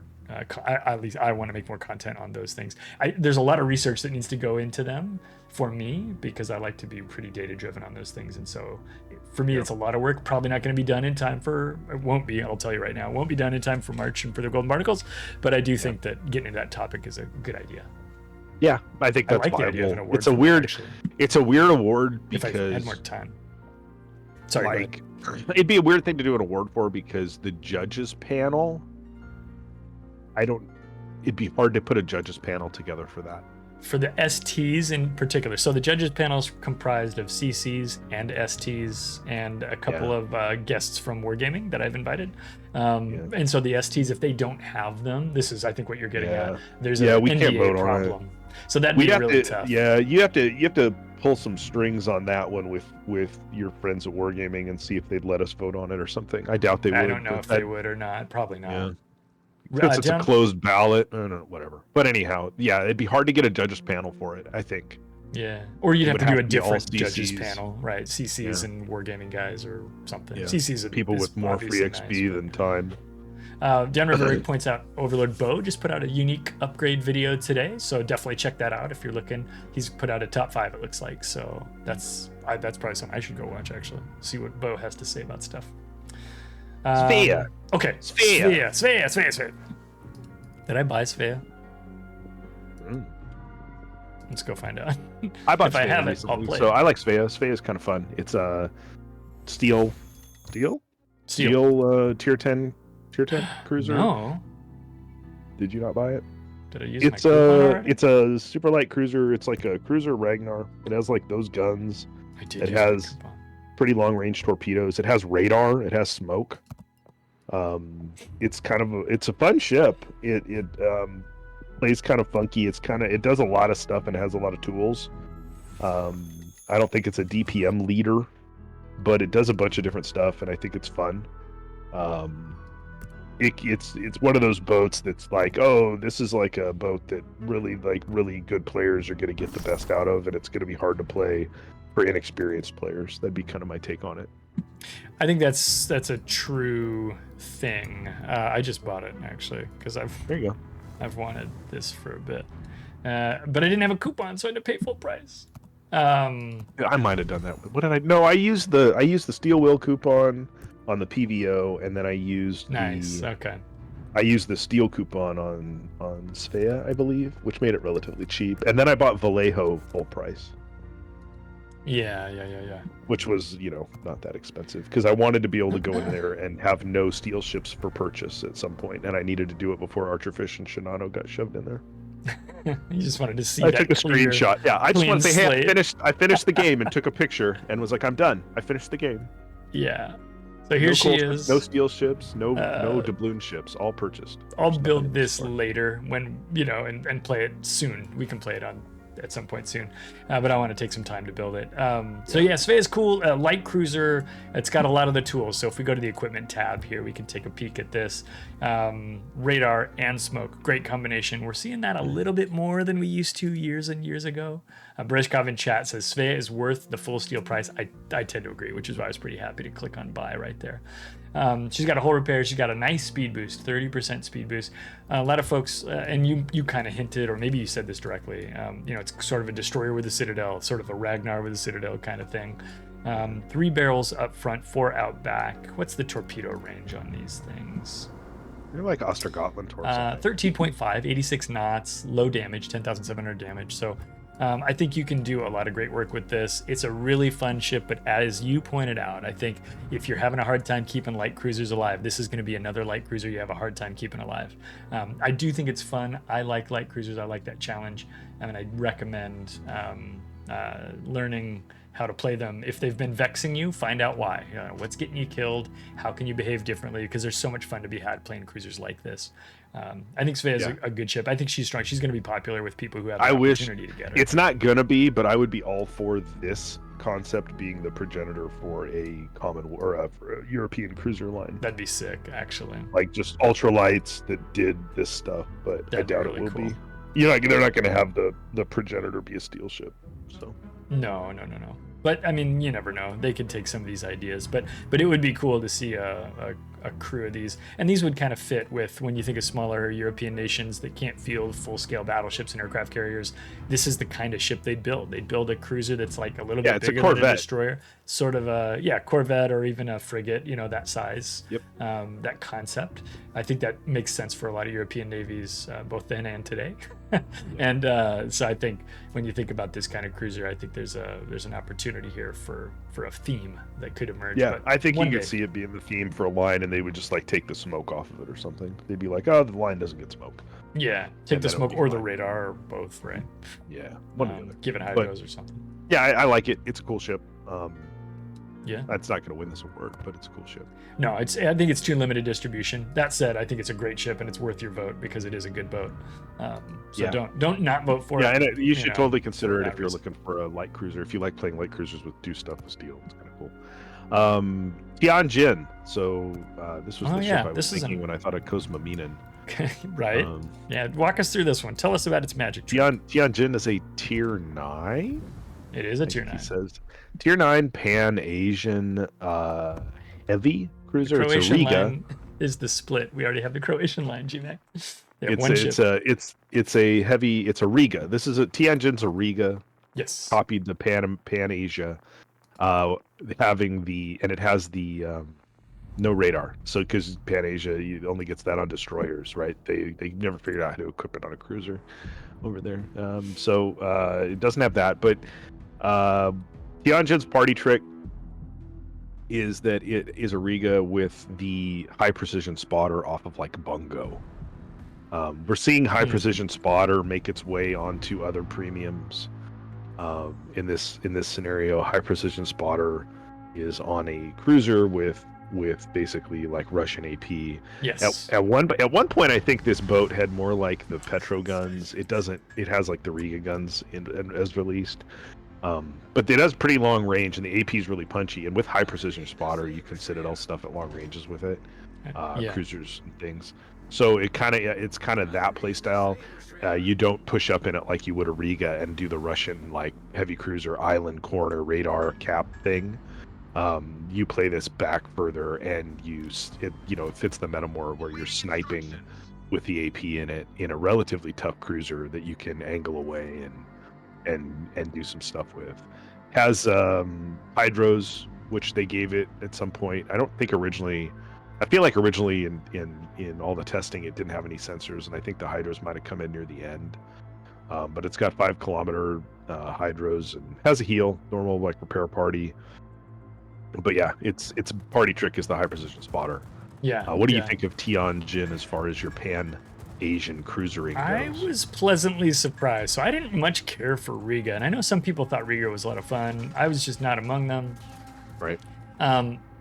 The high precision spotter thing was kind of neat. I really kind of appreciated the ability to just get that accuracy and be able to deliver the shells where I wanted to.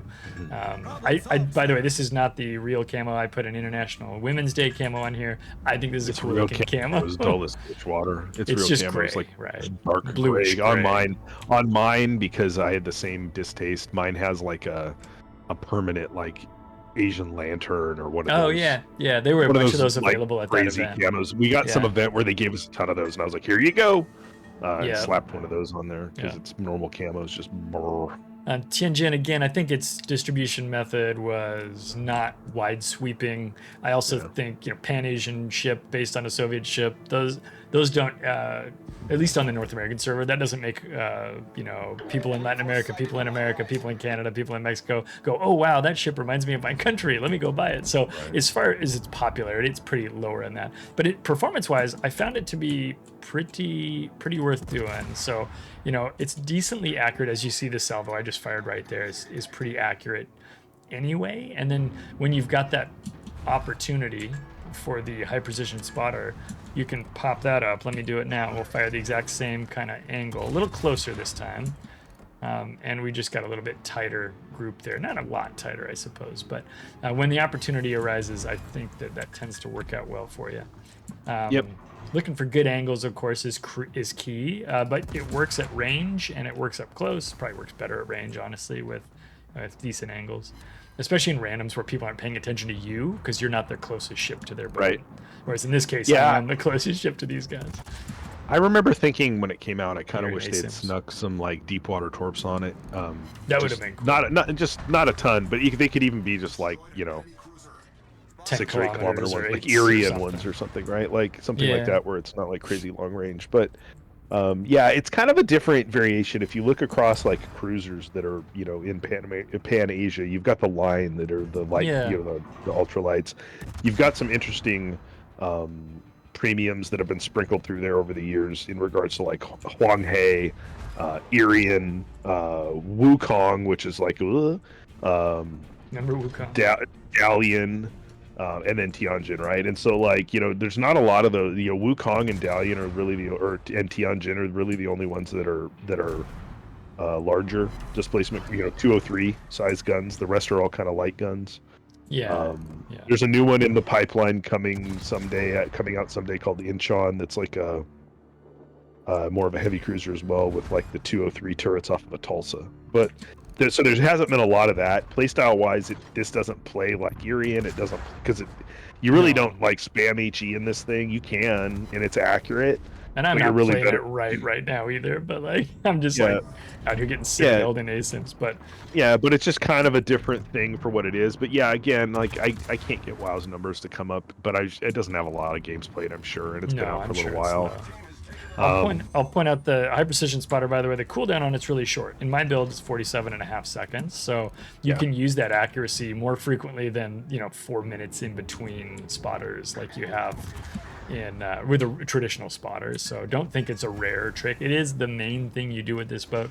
And because the main thing is make its guns slightly better, you know, we talked about Admiral Oquendo earlier, or Almirante Oquendo earlier, where like you hit its F button and it's a minor upgrade. It's kind of like this. You hit its Y or U button and it's a minor upgrade. It doesn't make it the most exciting ship to play, but it does tend to be pretty effective when you're using it. I should have waited until I was reloaded to launch that. That was dumb. But I find that it's effective and it feels, well, that doesn't feel good, but it feels good when you have a good game in it, when you're paying attention and not trying to hold an involved conversation on stream. But I think Tianjin is a good boat. I think it's worth having in your port. If somehow you got it and you haven't played it that much, give it another try, as I often say. 10,415 games on NA. Yeah. It's a little explodey when you're broadside to many bots. Yes, Helmet. 10,000 games is actually more than I thought. I was thinking 7 or 8. Okay. I'm gonna sneak over to WoW's numbers for Asia and see if they put more mileage, mileage on it. If it's more popular there. I don't know.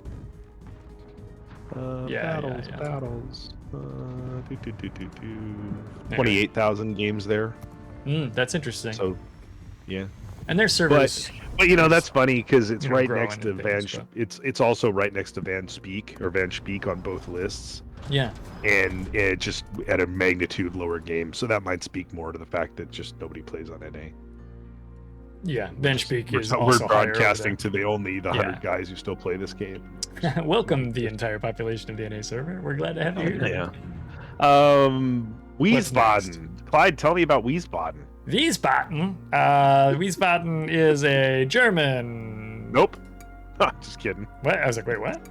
I'm like filtering to find it here. Hey, wait, it's a German ultralight cruiser. So we joked about this being the German Atlanta. People said, and it is. It's an ultralight. So when I say ultralight, I mean it's got guns smaller than 149, and that allows us to utilize this captain skill without suffering the concealment penalty that you would normally suffer. It does mean you need a different build for this ship than you would for your other German cruisers. Wiesbaden's okay. At 15 kilometer range, I tend to look at this and I go, man, maybe I should play Mines because I really like Mines, but Mines' range is only like another kilometer, although it does have slightly larger guns. But Wiesbaden can do a lot of work. I don't have a ton of games in it, to be fair. What's the torpedo situation? 9.5 kilometers. I remember those were odd. I didn't crazy long range German torpedoes. Yeah, strangely long range German torpedoes. And the concealment is the other factor, 8.5. So you can actually stealth torp with this thing and everything. SFNL says, what's the difference between the golden boats and the normal premium boats? Nothing. They're just pretty. Think of them as Black Friday boats. Think of them as CLR boats. They're exactly the same. They're just a flex because you wailed and got them. It's a camo. Yeah, it's a camo. But Wiesbaden, I think, is fine. You don't see a ton of them out there, so I don't know that it was like, it's not like the new boat that everybody plays. I wonder if they're being used in operations. Mines is popular over there, as is the Tier 7 that's name escapes me right now. What's the Tier 7 Weimar. German cruiser? Weimar, yeah, that people use in there. So, I think that it probably has a great home there, and I think you could probably squeak this into a ranked battle and do some fun work there, although I think people would sass you for bringing it to ranked, so don't think you're going to be, making a lot of friends taking this boat into ranked. Maybe you would, I don't know. You're going to see it a lot more because its assets are being reused in the new Dutch line that's being put into early access next month. Playstyle obviously different on the Dutch version, but I think it's interesting because it has that same kind of like light German playstyle, but it doesn't have those guns. So like Mines and Weimar with the 152s just have a different feel. They do. This has the guns off of a Z52, and so you've got those. You're running a different build. You're not going to have the same HE alpha that you do with Mines and Weimar. You're really going to be kind of peppering away, and you're going to get good full pens because of the German quarter pen, and you're going to get fires and stuff probably. The AP on it's not bad because German.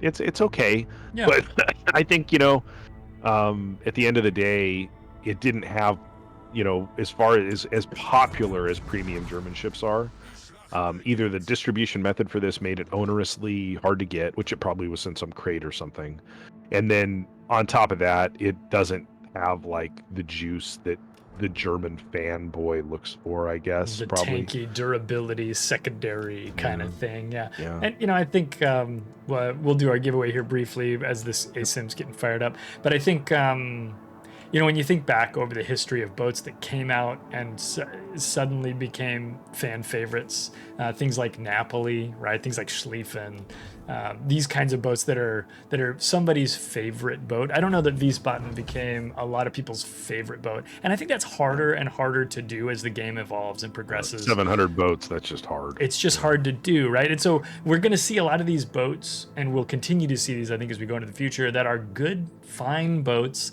But they're more niche. They're a little more indie rock rather than Creed or whatever, and that's okay. That's a good thing. How about that Creed ref? It's okay that that's going to happen, and I think this is one of those boats, right? Is this the German San Diego? I mean, it's trying to be, but it's just not that. Yeah, when you look at the last, that big of a splash, probably the last couple of years of German premiums.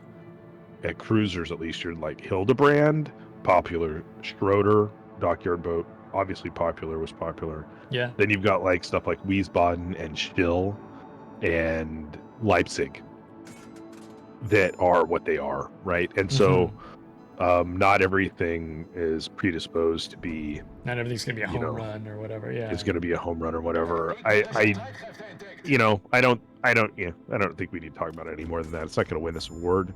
Not a lot of people have it. I think the rarity is going to be its big challenge. Yeah. Yeah. Okay. Yeah. Skada, what is our next boat? Thank you, USN CG58. First battleship. We're out of the cruisers now. First, and I think we both agree the best of the cruiser out of that whole list is probably PVO. I would have to say so. I think our list would be like PVO, then Komissar, then Chikuma 2, or some like combination of that. Those are three good boats. I don't remember the full list, but that's a pretty good threesome you picked. Right? Yeah, not leaving out Brennus and not leaving out Kozma Minin. Kozma Minin I think it's a sleeper. I think there's something there. I need to log more about. Somebody has it. It's a good boat. There's going to be like a tier 9 clan season where the people who have that boat use it. Mark my words. That's true. Someday. Wargaming? Okay. Get at it. Battleships, starting with Lug Dunham. The Lug Dunsky. What do you think of Lug Dunham? Did you buy the premium second battle pass of the month? That's the question for people out there. Lug Dunham is a tier 7 premium battleship. She sure is. It is a pan-European battleship, but it is based on the tier 7 French battleship Lyon. It is but it is a secondary brawler. God love it. That focuses on secondary accuracy. It has the secondary accuracy of the Schlieffen, just not the Schlieffen guns, obviously, or the ship or anything. Real quick, I just looked over at my Wiesbaden numbers. I've played one battle. I got 100% win rate. I got 106,000 damage with a PR of 4,586. Never touch it again. I should never log in. That's amazing. Yeah. But yeah, Lug Dunham. I think I not to belabor this very long because there's so many more ships we still are going to talk about. I think if you bought if you only bought one of these premium battle passes in this month, okay, I think I see where you might be going. Then the other one was probably a better ship in the Teng She, but this is a ship that came out in 2024. It's like whatever. Like we did a thing on stream like a week or two ago where like I think we played this and like Shard 43 and we flippy floppied. We did. We were doing the secondary. They just play different. I don't know if this ship will have a life in like ranked or brawls at tier 7 versus stuff like Sharnor's 43 or West Virginia 44 when you're talking about the secondary battleships of tier 7. Yeah. It's also odd as hell that it's European, that it's pan-Euro. And so you have to like have a pan-Euro secondary battleship build for it. Yeah, you probably have a Pan Euro captain of some kind though, and he's probably not busy on too you many have like a Holland battleships, captain right? and a Gdansk captain, and got you something, have, right? and that guy already has like a standard battleship build for Karl the 14th, or possibly Njord. And so you have to have this other guy, right? Or you have a guy on Varivas Unitas, you know what I mean? So it's not, you may have a guy, but you may not. So like, So you also have to have like 100 unique. I'm gonna die to this torpedo. 100 unique premium destroyer captain builds because of the way that nation is. Well, the guy who's for Friesland, or I know, right? But I mean, so I think you hit it on the head earlier when you said, here's another secondary battleship. To speak to Lugdunum's strengths, she's got good HE in her main battery. She's got really accurate secondaries. The accuracy is prime. She's got some weaknesses in the armor department. She doesn't have torpedoes like some of the other secondary boats. That's not a weakness, it's just a fact. Weaknesses in the hit point department, too. And the hit point department, yeah. And I think that the biggest problem for her is there's just a lot of competition for secondary battleships in Tier 7. You mentioned, Scharnhorst 43, original flavor Scharnhorst, even Gneisenau and others. Heinrich is a great boat. Yeah. So, we're in a pretty good situation, I think, in terms of having choice there. So Lugdunum's coming into a pretty crowded pool of options. And she brings a low hit point pool and not much armor, and you have to play her with HE kind of rather than AP to be effective in her. So I think she's a fine boat, but there's just a lot of competition. So, Njord. I can't talk about Njord. That's okay. Njord's kind of like, what if they took, I'll give you my, here's Clyde being wry. What if you took Karl the 14th Johann and made it more like a boring regular battleship? She's fine. It's a boat, and if you got one, I think you'll probably play it a couple of times or whatever. I don't think she brings a lot of really unique flavor to the table. But I do think that, if you like that hull, if you like the smaller guns and the maneuverability of the Karl the 14th Johann, then you'll probably like this. You won't get the cool torpedo. I don't think it's quite as stealthy. I don't think it's, it's just not quite as much. It doesn't have hydros, right? It's kind of that way. So anyway, Njord's fine. I think she's unlikely to be anybody's top battleship pick for 2024, though. It's got a really cool camo. It does have a really cool camo. Dockyard camo's neat for it. I'll give it that. I saw a guy playing one the other day that had finished the dockyard. And I thought the camo looked neat. We do have a question in chat. Sure. It's somewhat unrelated, but somewhat related. John the Roofless, make sure you get that F in there, was about to get Hoffman when they announced a new Dutch commander. Now I am torn between the Hoff and the Oranje. Help me out. Brand says get the PVO. I think Brand is probably right. Prins van Oranje I like better than Hoffman. And I love destroyers. You guys know this. I don't think Hoffman's a bad boat. I don't think but it's not as unique and interesting as PVO. And I know I just said if you don't have PVO, you can get Gudenlu and play it differently, slightly differently. It's a variation on that theme. PVO is still pretty special. I would go with PVO. That's my opinion, but do your thing. Skada, thoughts on that? I think you're going to say the same thing. I can't talk about him. Oh, okay. I thought you had Huff. As far as the boat, you can't talk about the captain. The basis being, I would say that I've never picked what boat I would acquire based on the chance of a future captain or a captain in the pipeline. Like that seems weird. That's something I probably wouldn't let affect me, but I think the boats are still worth talking about against each other. Yeah. PVO I like better than Hoffman. As far as like that new Dutch captain being better than like Luchen, like if you're talking about like, is that Dutch captain a make or break to get PVO versus like Luchen's on? No, I wouldn't think that a captain should sway too much of that. I agree with you. Yeah. I'm finishing up my Wiesbaden game here. Now I'm playing like a total idiot, and I am playing against robots. But you did good. We did pretty well. Have you finished the incapacition mission? I assume. Brand says I did, but I don't know if I did. Good. I'm going to go Thanks, check. Brand. Rhode Island. We're gonna check. Oh my goodness, Rhode Island. Biggest little state in the Union. Okay, well let me talk about Rhode Island a little bit. I think 12 guns, right? 12 gun 356s. Yeah. 9-kilometer radar. And is it an Iowa hull or is it a Georgia hull? Georgia. Or Or the Oregon hull. Or Future an Oregon hull. future temporary event ship Oregon hull, as they've announced. So that's Rhode Island. She's a combination of tools we've already seen. Talking kit bash, right? We've been talking about, you know, appearance, model, and behavior kit bash. This is the appearance, it's gray. The model is a reuse, right? The behaviors are kind of reuse-ish, 356s that we've seen. The radar that we've seen, but it's a good combination of things. I think, does Rhode Island have the speed boost as well? I can't remember. Yep. Yeah. So if you like a little boat, if you like a maneuverable battleship that can get you into some trouble, but also get you into some situations for opportunities, I think Rhode Island is a good one there. Odie points out it also has like an Iowa heel. An Iowa heel is slightly better. It's like 14% instead of 10% or something. It's a nice punchy heel. Brand says she's a research bureau boat, right? No, she was available for money. She was an expensive premium that came back in Christmas boxes. And then she came back in Christmas crates. So you were talking about how it's a kit bash. It has these things that we've seen before. But where I would dip into saying on this one, sure, I like this one, so I'm not going to complain about that.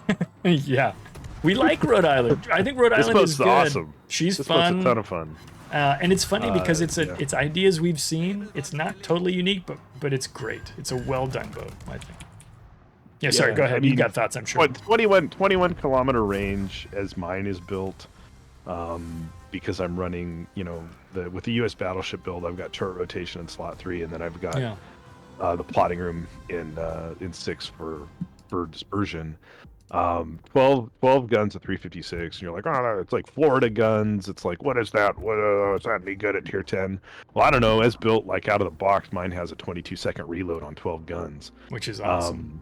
And they smash things, and the HE's good, like 31% fire chance with good pen on that HE, but the AP's good too.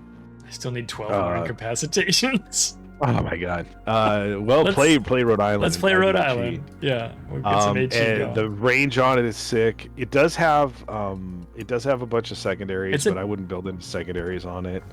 Oh gosh, who put this on here? Did I do that? Radar and speed boost and a good heel. I like Rhode Island a lot. It was a good premium. It's a for what it is, a special. I guess it's a special ship because it's tier 10.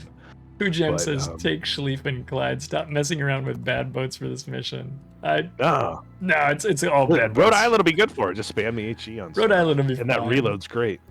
I'm going to use this terrible camo on it. The real camo, I think, is just gray. Let's put that on so people can see it. 2-color. So you got a gray, and then you got a darker, like a blue, right? So you can do either of those. Apparently, I put a pinata cap or camo on it, which is ridiculous. Sure, that makes sense. Yeah, sure. Rhode Island loves a good fiesta. Yeah. But no, I think this is a good boat. I think the capabilities are here for a good mix, and it's familiar. And frankly, players want something that's familiar, that they already know how to play, that brings some, maybe a quirk like a speed boost to it. The small guns, I think some people might have thought of as bad, but they're pretty accurate, and they're great for punching cruisers. They, you're not going to, punish a bow-in Kremlin on it or something. Yeah. But it's a variation on a theme that you're familiar with, so it immediately feels like a good pair of boots. You just put it on and you're ready to go.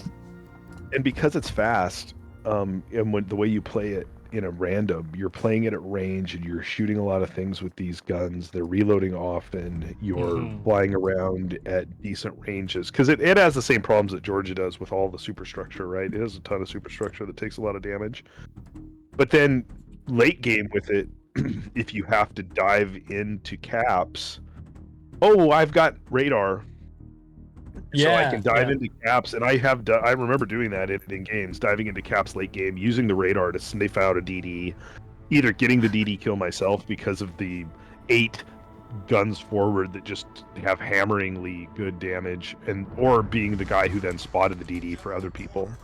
I mean, the radar is not a first choice tool. No, it's like Missouri. You use it like Don't late do game, that if you need. Or if if you're trying to like sniff out a DD that's like all over you or something, like it's good for that. This doesn't have that problem though, because it's so fast. Like you're not gonna have some like backline DD come chasing you in this and sneak up on you unless you're totally like goofball, because it's so fast. Like you're just gonna outrun it. But I like this ship a lot. Yeah. No, I think she's Rodney. good. Rodney. Everybody was excited about Rodney. Rodney's a real steel ship. When they released it, it was available just for straight purchase, which people were fans of as well. Rodney is what's the sister ship called? It's the Nelson. Nelson, sister ship of the Nelson. Collingwood.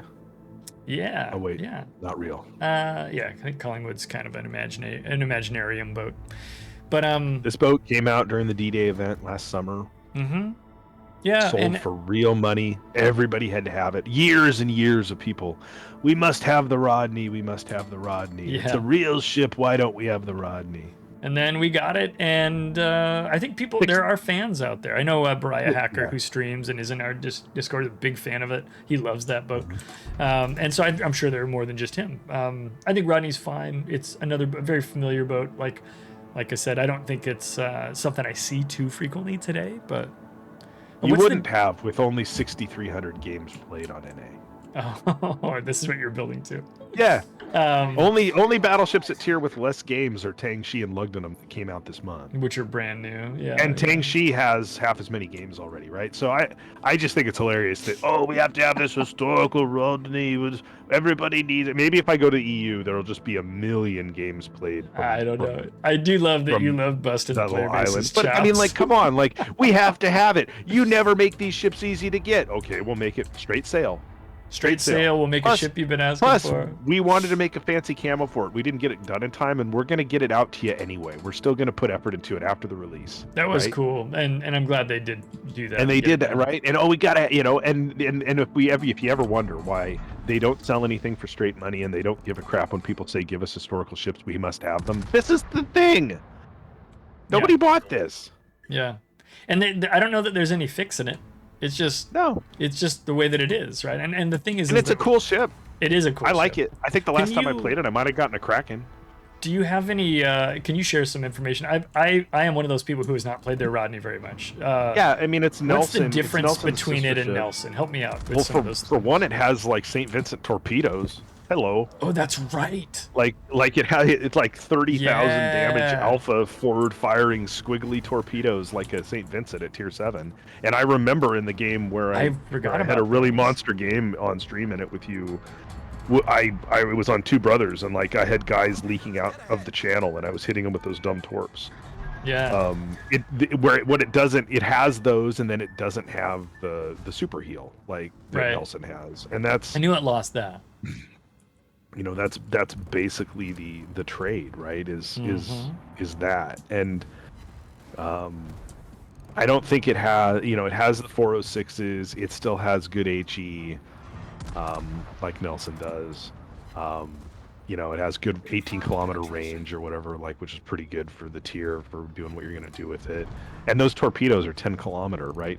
And they're just those dumb forward firing, hello, gapta, torpedoes, where it's yeah. I mean, that's a huge alpha on that torpedo. You're gonna crush things with those dumb torpedoes if you get the right scenario for If you get it just so. And they can fire very far forward. I remember that piece about and it has a speed boost, which is kind of funny because Nelson feels slow.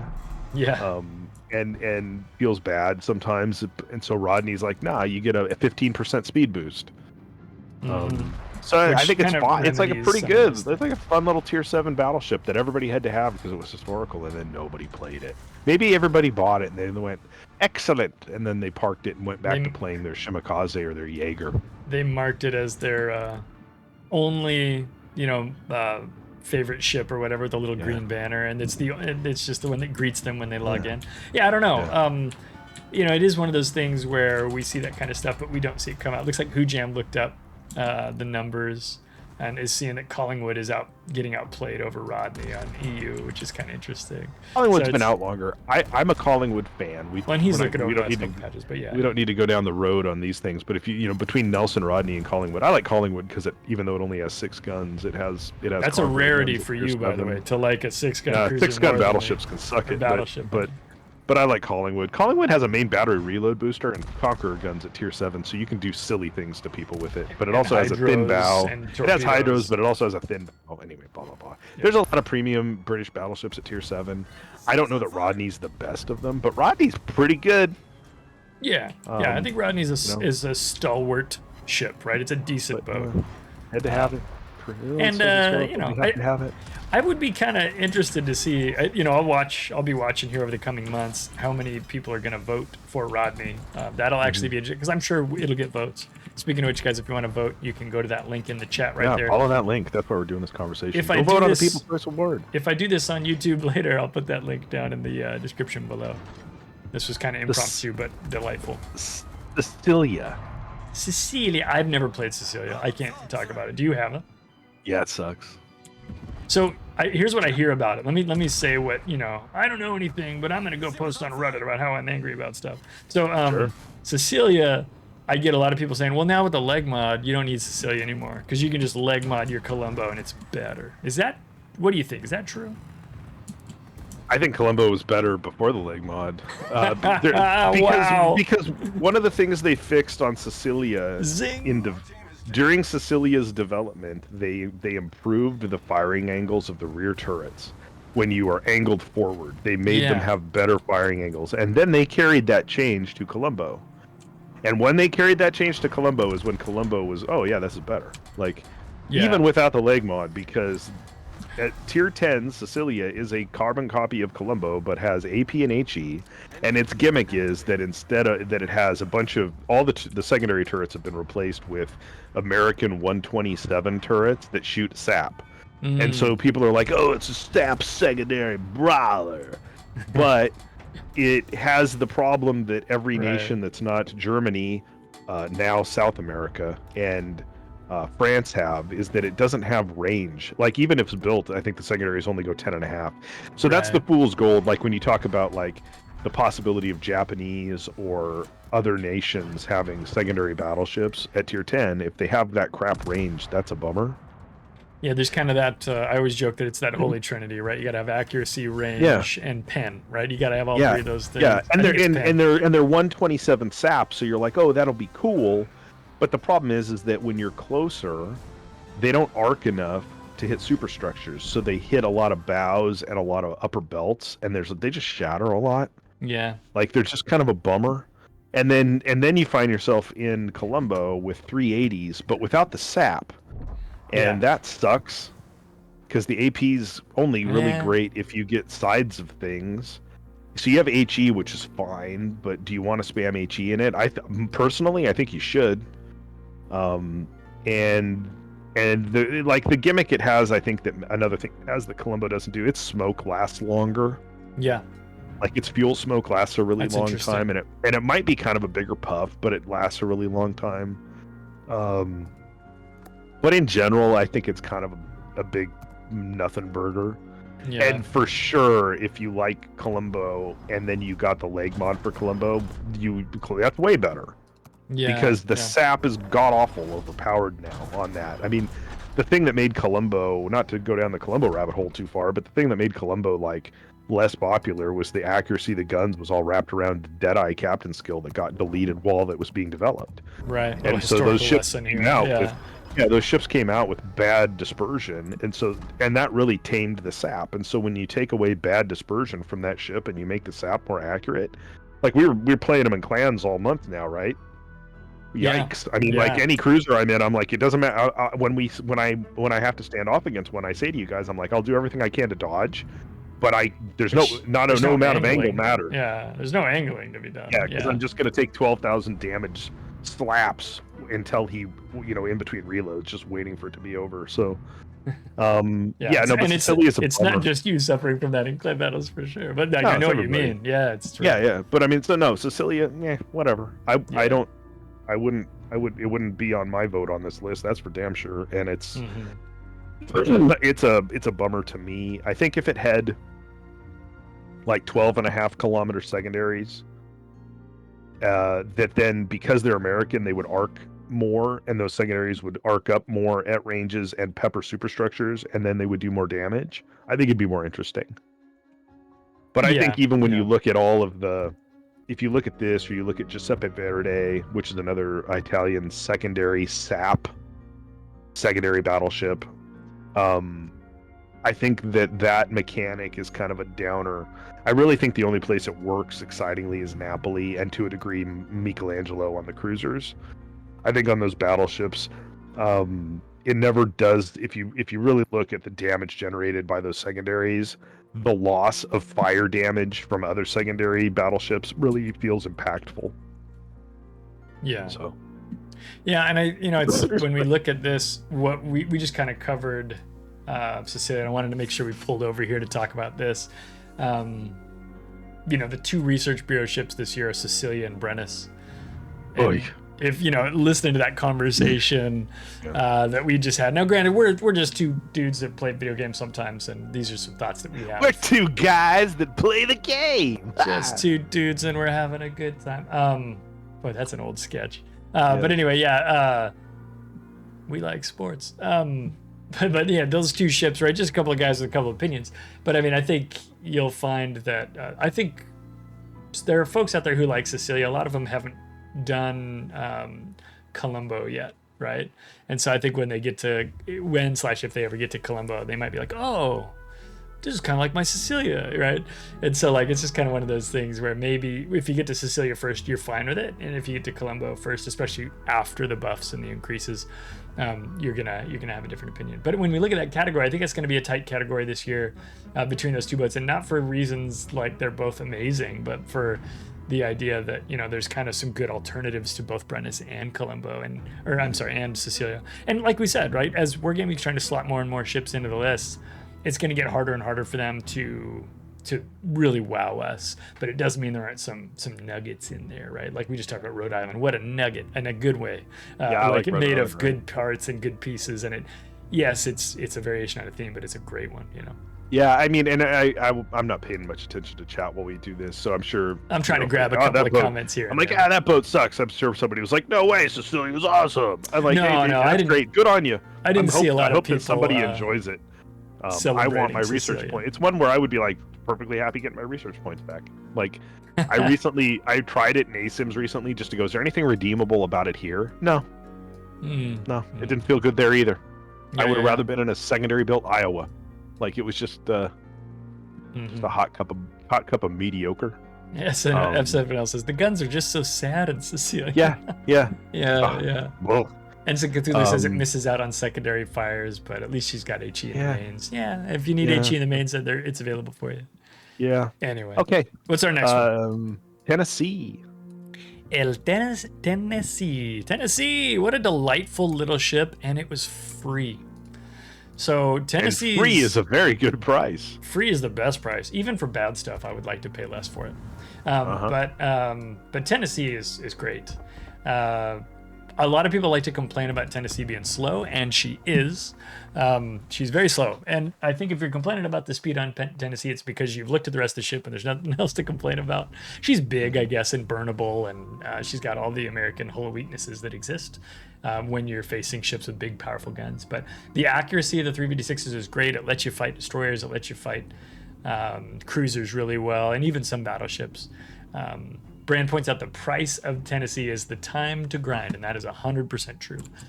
When I talk to players and respond to comments and things to YouTube videos, and I talk to you guys in chat, it's amazing to me. Oh no, I got the blood red sky. It's amazing to me how much time people are willing to throw away, but they're not willing to throw away $20. And at the same time, I understand everybody's financial situation is different. You have to determine it for yourself. Is the time or the money worth more? And that might make Tennessee a more expensive boat than Rhode Island that we just played. If you can get money faster than you can get time, then, you got to think about your own personal budgetary scenario there. But I love Tennessee. I think it's a great boat. I think the price was right. I think you had to grind it, of course. And as long as you were going to play games anyway, or World Warships, that is, it was available to you for what I thought was a really fair price. Skada, thoughts on Tennessee? If you like the U.S. battleships, Tennessee's good. The rad thing about Tennessee is it has cruiser dispersion, so it has amazing dispersion with those guns at all ranges, and that part is delightful. So if you can aim, and you're comfortable with the American 356s and the shell travel time, you can smash stuff. It smashes things so well because you get so many shells on target. You don't have, it's not like, because California ostensibly is the same ship at tier 7 Mhm. with the same guns and basically looks the same, but it doesn't have that dispersion, and that makes it less fun. And its reload is longer too, I think. Yeah, and its reload is longer. It gets So, like, it gets the old 12 gun penalty for reload, which is horse crap. But Tennessee fixes everything about California except for yeah. the speed, and I kind of liked California already, so like, Yeah, why wouldn't yeah. I like the, you know? Same. Yeah. So no, Tennessee's great. Like, I think the one thing that irked me about it is that it doesn't have the Vermont acceleration, Which would be nice because it is which really would slow be to get going. really nice because it's Yep. slow as all get out. I think even Kansas has that Vermont acceleration, doesn't it? Like, I think so. I think all those ships. I get think that? at least the 9 and 10 Minnesota got it. Kansas. Did Kansas get it? Anyway. Chat can fact check us, but yeah, so like I like Tennessee, like it's good, like, and it was good Mhm. price, and has a fun camo that you could get with a raccoon on it, which is fun. And here's a speculative question. I think this is a great boat, and I think it's free, which is good, but I don't know if it's enough of a standout that I think it could take the People's Choice Award. no, I don't think it will, and that's kind of too No. bad because I think this is an ideal boat. It wasn't quite easy enough to get. It wasn't quite the right boat. I don't know what, but I think it's a really strong contender. I'd put this in my Yeah. top third of the 2024 ships probably. yeah, it's funny. You'd say, well, free battleship, popular all the good popular stuff, nationality. Yeah. Hey man, like that seems like it could win this award, but because it goes 20 knots. I think that's enough to slow And- people down, right? Yeah, and because it has glacial turret traverse and all those kind of things, it's not going to be, man, that accuracy. And it's so good at smashing everything with those guns because of that accuracy. Cruisers, goodbye. Destroyers that pop up, because you could put so many, even you don't even worry about switching to the HE. You just put as many of those shells into a destroyer as you can, and the overpin 12,000 10% damage of 12 so good. overpins is Yeah. yeah. Cthulhu points So the same good. thing out. He says people don't like American standard battleships because of their slow speeds. Agreed, totally agree. And then the other it's thing a giant I think target. another thing That's about a it big too battleship. is shoot, what was I going to say? You'd mentioned the speed and also crap, I lost it. Well, anyway, but I think the speed and those reasons are going to slow people down from boating on it. And there's a lot of competition this year. I think there were other really good boats that caught people's attention. Oh, what I was going to say was I don't want to this is not me gatekeeping Tennessee or anything. I do think that this is part of that accuracy meta we've seen, and I keep bringing this up, that Wargaming's been doing over the last maybe year, where they're like, well, what if we gave it worse stuff but made it really accurate? So you can really, now it's skill that lets you, take advantage of the ship's capabilities. I think this is one of those boats, and I don't want to say, oh no, this is only for high skill players. You nerds can't play, because I think you can play it, and I think you can do a really good job with this boat. But I think if you're a particularly good shot, if you think you've got the ability to hit stuff at range, especially if dispersion doesn't screw you over, I think this is a boat for you, for sure. Yeah, can't complain about dispersion with this ship, but because it only has 356s, it's a lot harder to complain about overpins. Right, and so it got a lot of positive reviews from players. Who So if I was things. wargaming, then I'd be like, so now what's your problem? You just can't aim? Like you can't Exactly. judge. You can't So what aim do and you you, can't judge flight times. That's your problem. Like, So what are you, like a russet or like and a the response will be like, golden no, potato? it's your auto aim assist because it's trying to push my shells in a different direction because of the ship. But that's the next complaint. It's kind of slow too, but yeah, exactly. There'll be something, right?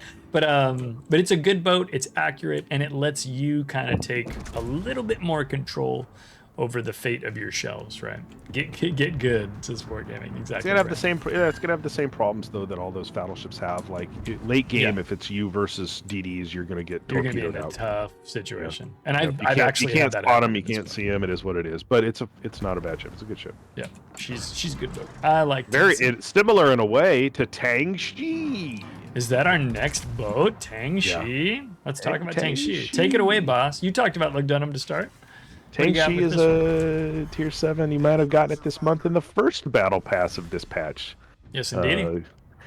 Or event pass or whatever we're supposed to call them now. It's a tier 7 Pan Asian premium destroyer battleship. It's a Sinop, Russian Sinop tier 7 tech tree that's been copied over to Pan Asia. Its gimmick is that it has the Bungo spotter. We were talking about Tianjin earlier, another premium on this list. that had that, and I call it the bungo spotter, but it's probably not mechanically all the same stuff as bungo, but it's the idea of a spotter plane that not only improves your range but also improves your accuracy.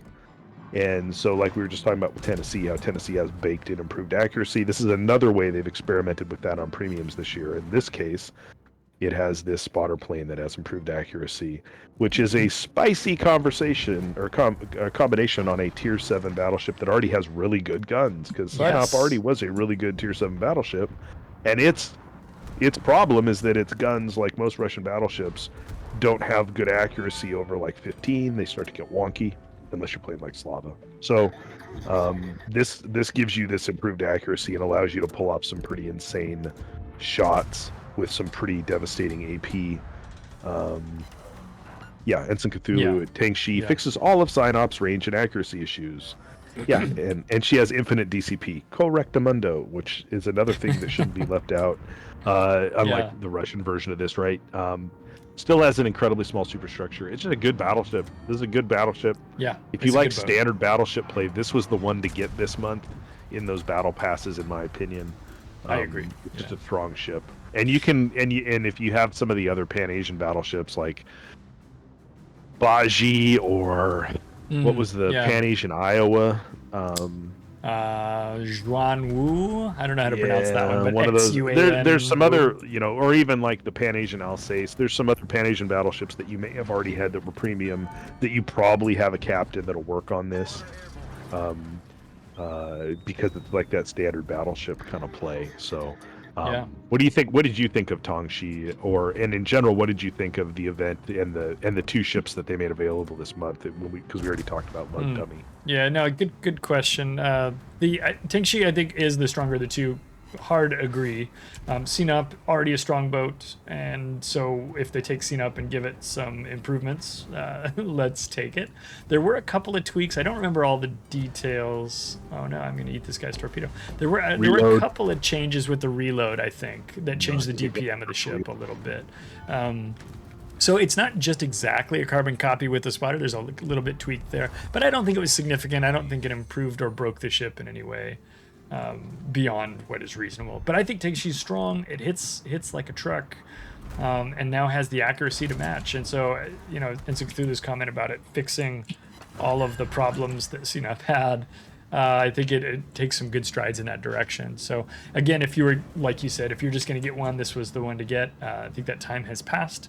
So hopefully you did it already. It was $14 American money to get the ship, which is pretty cheap for a Tier 7 premium, but it's not free like it was last year. I know that was a conversation from people. But I think Teng She's a strong pick and a strong ship. I don't know if it's, will she win awards? I don't know. But I think she's a good, reliable Tier 7 that people will use when Tier 7 ranked comes up in the future. Stuff like that. I think she'll be popular. Did you spring for it on your EU account? I did. I bought that one. I did not buy Lug Dunham. So that's a little bit more there you of go, a folks. review. I actually spent my own money and I bought it on my EU account. Did you? I didn't. No. In fact, I didn't, because my EU account's really more free to play, and You're mostly just because I don't want to invest over there. Yeah. I every once in a while fair. I'll buy a little premium time. It's more like a normal, in my opinion, normal player account, and like. I did not invest in either of these. That's the only thing I bought this year. I bought no Santa crates over there. I bought $14 worth of junk, and that was it. Yeah, should I have in hindsight? Meh. Like I got stuff like Ashitaka out of a free crate. I got Poltava out of a free crate. So I got enough weird battleships over there now. So I didn't. Yeah, what did I get? I got a Kutuzov over there out of a free crate, which was awesome. That's way better than either of the things I just said. Thank you. Ashitaka. I think I also got Boise. All these tiers. Take or leave that one. Free crates. Yeah. But I didn't spend a lot over there. I'm keeping my account affordable. It's a cheap to play account. It's not totally free to play, but it's pretty cheap to play. But I did buy it over there because I do think Teng She's strong. I think she's worth having. And I thought you may have, and that's why I asked that. I think that says something about if you were making that choice as a person this month. Right. Hopefully you sprung for Teng She and not Lug Dunham and not the other way around. Yeah. And the Victoria. only other. Yeah. Did you have something more for Teng She? I thought I did. No, I'm good. No, instead, you were like, oh wait, oh, forget it, Victoria. Well, no, I was going to comment up. on the coal availability of last year's boat, because you talked about the event that you said, what do you think of the event, right? I hope Lugdunum and Teng She end up in the coal store eventually. I hope they do. Obviously doing that with Scharnhorst 43 and Stored 43 was great, and the pricing on those for coal is really cheap. That's another thing that makes Lugdunum a little hard to choose, is because you can get, instead of $14, you could, for a very small amount of coal, get Scharnhorst 43, right? So if you missed out on Teng She and Lugdunum, go get Scharnhorst 43 if you don't have that already, and you'll be happy about that. That's what Teng She said. I've never even thought about that photos, but I do like that joke now that you've pointed that out. That's what Teng She said. I'm going to keep saying Victoria until we talk about it. Let's talk about Victoria. I only played Victoria once, and I don't... Clyde's entire review of Victoria will be conducted in Spanish. Go. Yo solamente juego uno partido de Victoria en el barco de guerra Victoria, solamente uno tiempo, y yo no sé mucho de este barco. Skada? Tango, el gato, los pantalones. That was really bad Spanish. I don't know a whole lot about the boat. I only played it one time. It was... I wasn't wowed by it, but frankly, I feel...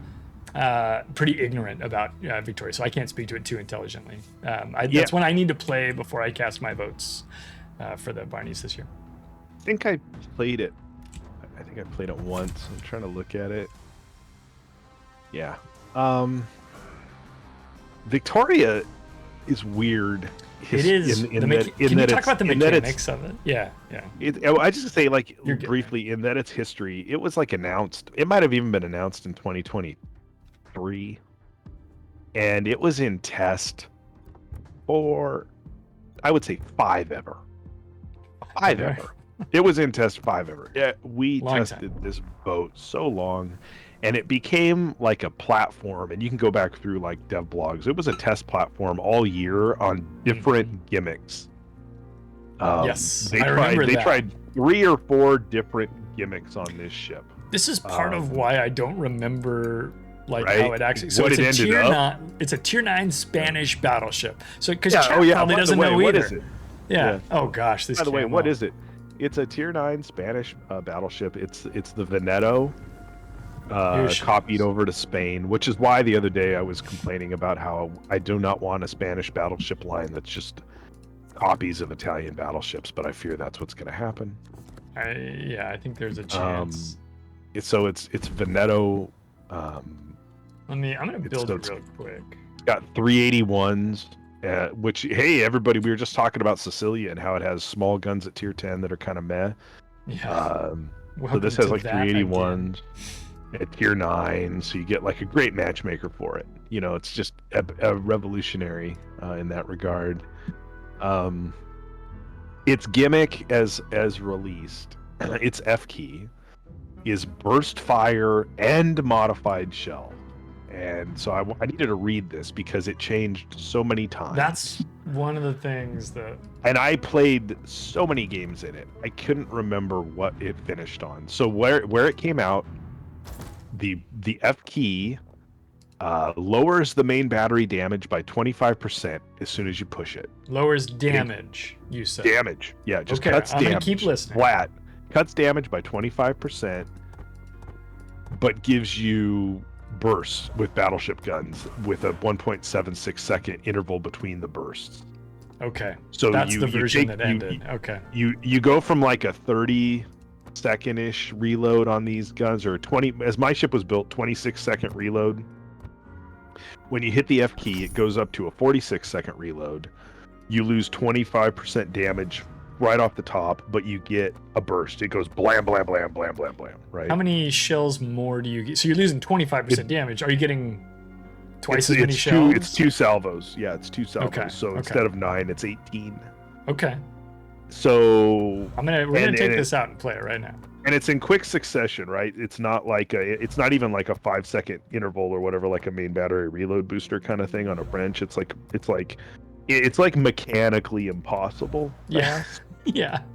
Of course. It's like, wow. It's like, how did the Spanish figure this out? Like, yeah, okay. But anyway, it's a video game. But yeah, that's what it has. And So like the thing you could do with it, even though you're taking this 25% damage hit off of the guns, which I don't remember the shells being earth-shatteringly good damage anyway. Like the HE's 5100 alpha, the AP's 12,000 alpha.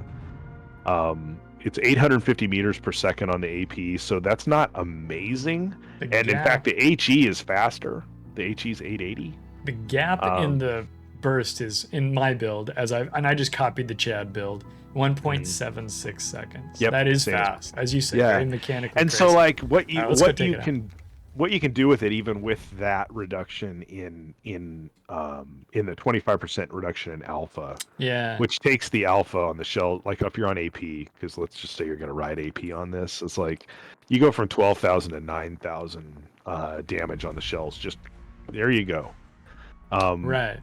But what you can do, where I found that to be effective, is obviously a cruiser comes around a corner, you're within 15 kilometers, 15 kilometers of it, where you have relatively good accuracy. Its side is presented, and you hit that F key, and you just hold down the mouse, and you just rip, and you probably dev strike it, right? You just hammer the bejesus out of it, because it's a punishment system that way. And that's kind of cool, and you don't really care about the 25% loss in damage at that point if you're getting full pens or citadels out of those shells. Yeah. Well, especially if you're getting twice as many shells too. Like, it's like, okay. Ultimately, like if you find yourself in like a drive-by on a battleship, even though they're 380s, there's probably enough pen there that if you use that mode, you can smash him as well. It's not. I guess I don't think I really ever tried it like as an HE spammer with this functionality, but I could see using the HE. The HE has a okay fire chance. I think it's like it's 24%. So I could see if you were firing the guns HE at range, because they're small, they're like 380s. So if you're shooting battleships at range, 381s, you light a fire with it. They put the fire out. You wait for the DCP cycle, then you go to F and you fire 2 salvos at that same guy and just probably get a double fire maybe, or guarantee a fire, at least one, because you put more shells downrange. You could play it that way to farm some damage. Well, and it's kind of interesting because we talked about this a little bit, but to hit this point really hard, you've got the 2 shell types, obviously APHE, but you've got the burst fire as your funny button, plus the reload booster, right? You have both of them. Right. Oh, that's right. It has a reload booster too. I forgot about that. Yeah, as I'm looking at this, I'm like, this is an interesting combination of tools, right? Because you can reload booster, which will reduce a third of your 46-second reload on the burst fire. Yep. Like you can do some interesting things with this, and that's fully where you would use that reload booster. Is you use the burst fire, and then you hammer the reload booster to cut that reload down, so you could burst again really quick. Because you're double dipping on, I feel like that's a thing. Isn't that like a thing on Catalunya and like the Spanish cruisers as well? There's like, some I feel of that like going that's on. Similar flavor. I think you're right. But like ultimately, this ship, they tried a lot of different mechanics on this ship, and this is the one they landed on. There were so many different F key things. Go back and read the dev blogs if you're ever really bored. It's kind of a tangled web to unwind because of all the changes. Yeah, there must have been like 3 or 4 different F key things they tried. There was a period where they were doing like different shell types, which you can read about. And that was not interesting to me. I did play a Victoria in that version. It wasn't interesting to me. Then I tried it, and then I was like, I'm good for now. And then it changed enough times afterwards. This is why I was like, can you start this one? Because I'm confused about this boat, because it changed so much that I wasn't really able to shell velocity. Remember the details. There was like a shell velocity one. There was like then there was one that was like pen angles and ricochet angles, and like that when I like that, if you think about that like as a concept for like the player base to remember, is really bizarre. Like there was so many different ones. It really had an interesting development cycle in that regard, in all those things they tried. And I'm sure a lot of those different mechanics they tried will resurface on other ships, or they may try them again at some point. It was kind of like, and I think they originally, this ship was like announced like early in the year, maybe even in late 23, and it was going to be available in like some primo something container, that had to do with like the Spanish birthday or national holiday or something like that, and then it never came. And then ultimately, it was released late in the summer or early in the fall after they turned it into this test platform. So it had an interesting development history. All right, guys, get your peepers on this. We're gonna do the burst fire thing. Here it is. Get your peepers. Here it is. Oh my gosh. Pew, pew, pew. And then we're gonna hit the reload booster. That cuts my reload down to a standard 30-second battleship reload. And I didn't see the first salvo. The second one was 14,000 damage. No citadels on this North Carolina because I'm a bad shot. It said 7 kilometers. But also 380s, right? Yeah. But anyway, so that is so ridiculous. And so I like Roma. And this version of this boat, if it does things like Roma does, could be interesting to me. I don't know. I need to play it more, obviously. And it is a Spanish battleship, so that was there's a lot of jokes. Damage across that. A lot of jokes to be made about the Spanish main. And nobody expecting me coming around this island, for example. Right. I'm sure at some point I used that F key and said nobody expected the Spanish Inquisition as I smashed a Moskva with it. I'm sure somebody did. If it wasn't you, it was someone. Yeah. So yeah, that's it. But it's not going to win this award. No, I think this boat didn't sell very well and everything. But it is an interesting boat that's dangling out there for anybody who might have access to it someday in the future, or maybe I don't know if you collected it. Yeah, already. it feels like a ship. I want to play it a bit. It feels like a ship that should have got pushed for coal to me. Like, especially because it's like the one like Spanish battleship. Like, it could be a coal boat and like be helpful there. And maybe I presume. Someday, some of these may become coal boats. We'll see a Spanish battleship line get dumped in the game that's a bunch of battalion battleships or British battleships, hodgepodge. Yeah, for sure. That'll have some kind of gimmick like this, and this boat will then be re-released as like a premium at that time when that line comes out, and then make its way into some other store. Blah blah blah. Yeah, it's possible. Ensign Cthulhu earlier commented that there's a F button but no reload booster on the Spanish cruisers. I wasn't sure if that was the case of the premium, though. That was the one that was making me curious. No, I do remember that for the tech. You're talking about Numancia, like. Yeah, Numancia is. Yeah, Numancia is F. It does something different. This guy's gonna die. It's got a different gimmick. Oh my gosh! Nothing happened. Numancia is one of those great ships that came up on a list I was looking at earlier that no one's played. It's definitely not popular. Yeah, Victoria, 11,000 games on NA. That's more than I would have guessed, based on what we've seen from some of these other numbers. Less than Navarin and notorious test ship Saruki. Oh no, I'm super dead now. Let's try to kill this. But more than the Luchuan and the Zhuan Wu. So there's that, which is nice. We aimed way too low, didn't we, Morsana? Yeah, for the bracketing of that cruiser. And then I ate all the torpedoes in the world. I hope my team can win. I better go. This is definitely a worthwhile ship for me to play a couple more times. It's totally a Clyde ship. I would say it's totally a Clyde ship. Yeah. I wish it was a tier 8. Yeah. Well. But it's got tier 8 plus tricks, so it won't be tier 8. It can't be a tier 8 because they couldn't have sold it for as much and it wouldn't help the supership matchmaker. Well, there's improved economies, both for wargaming and for the player. Blah, blah, blah, blah. Sure. Okay, what do we got next? So Victoria, that's Victoria. Wisconsin. Oh, we could probably skip this one. Nobody wants to talk about Wisconsin. Yeah. What do you what's Wisconsin about? Wisconsin's incredibly popular. Let's just bring it up here and we'll talk about it here.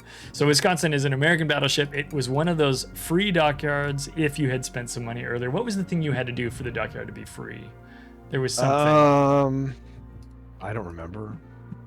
There was a wasn't it like some ship was in the thing, and if you own the ship, you got free steps. West Virginia 44 photos and Hujam and Wix, all these wonderful people. Odie, thanks guys. That was it. So if you already owned West Virginia 44, which you would have had to have paid real money for at some point in the history, this was a free dockyard, and that was really cool. Again, Wargaming trying that twice in a row for us for these two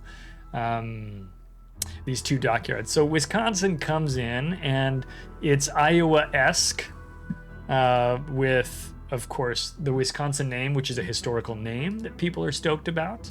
And it's got this F button, and to make sure I get it right, I want to read the F button. So that's part of the reason why I wanted to pull this ship up. So when you use the F key, main battery reload time reduces 50%, consumable prep and reload time reduces 80%, and it lasts for 20 seconds.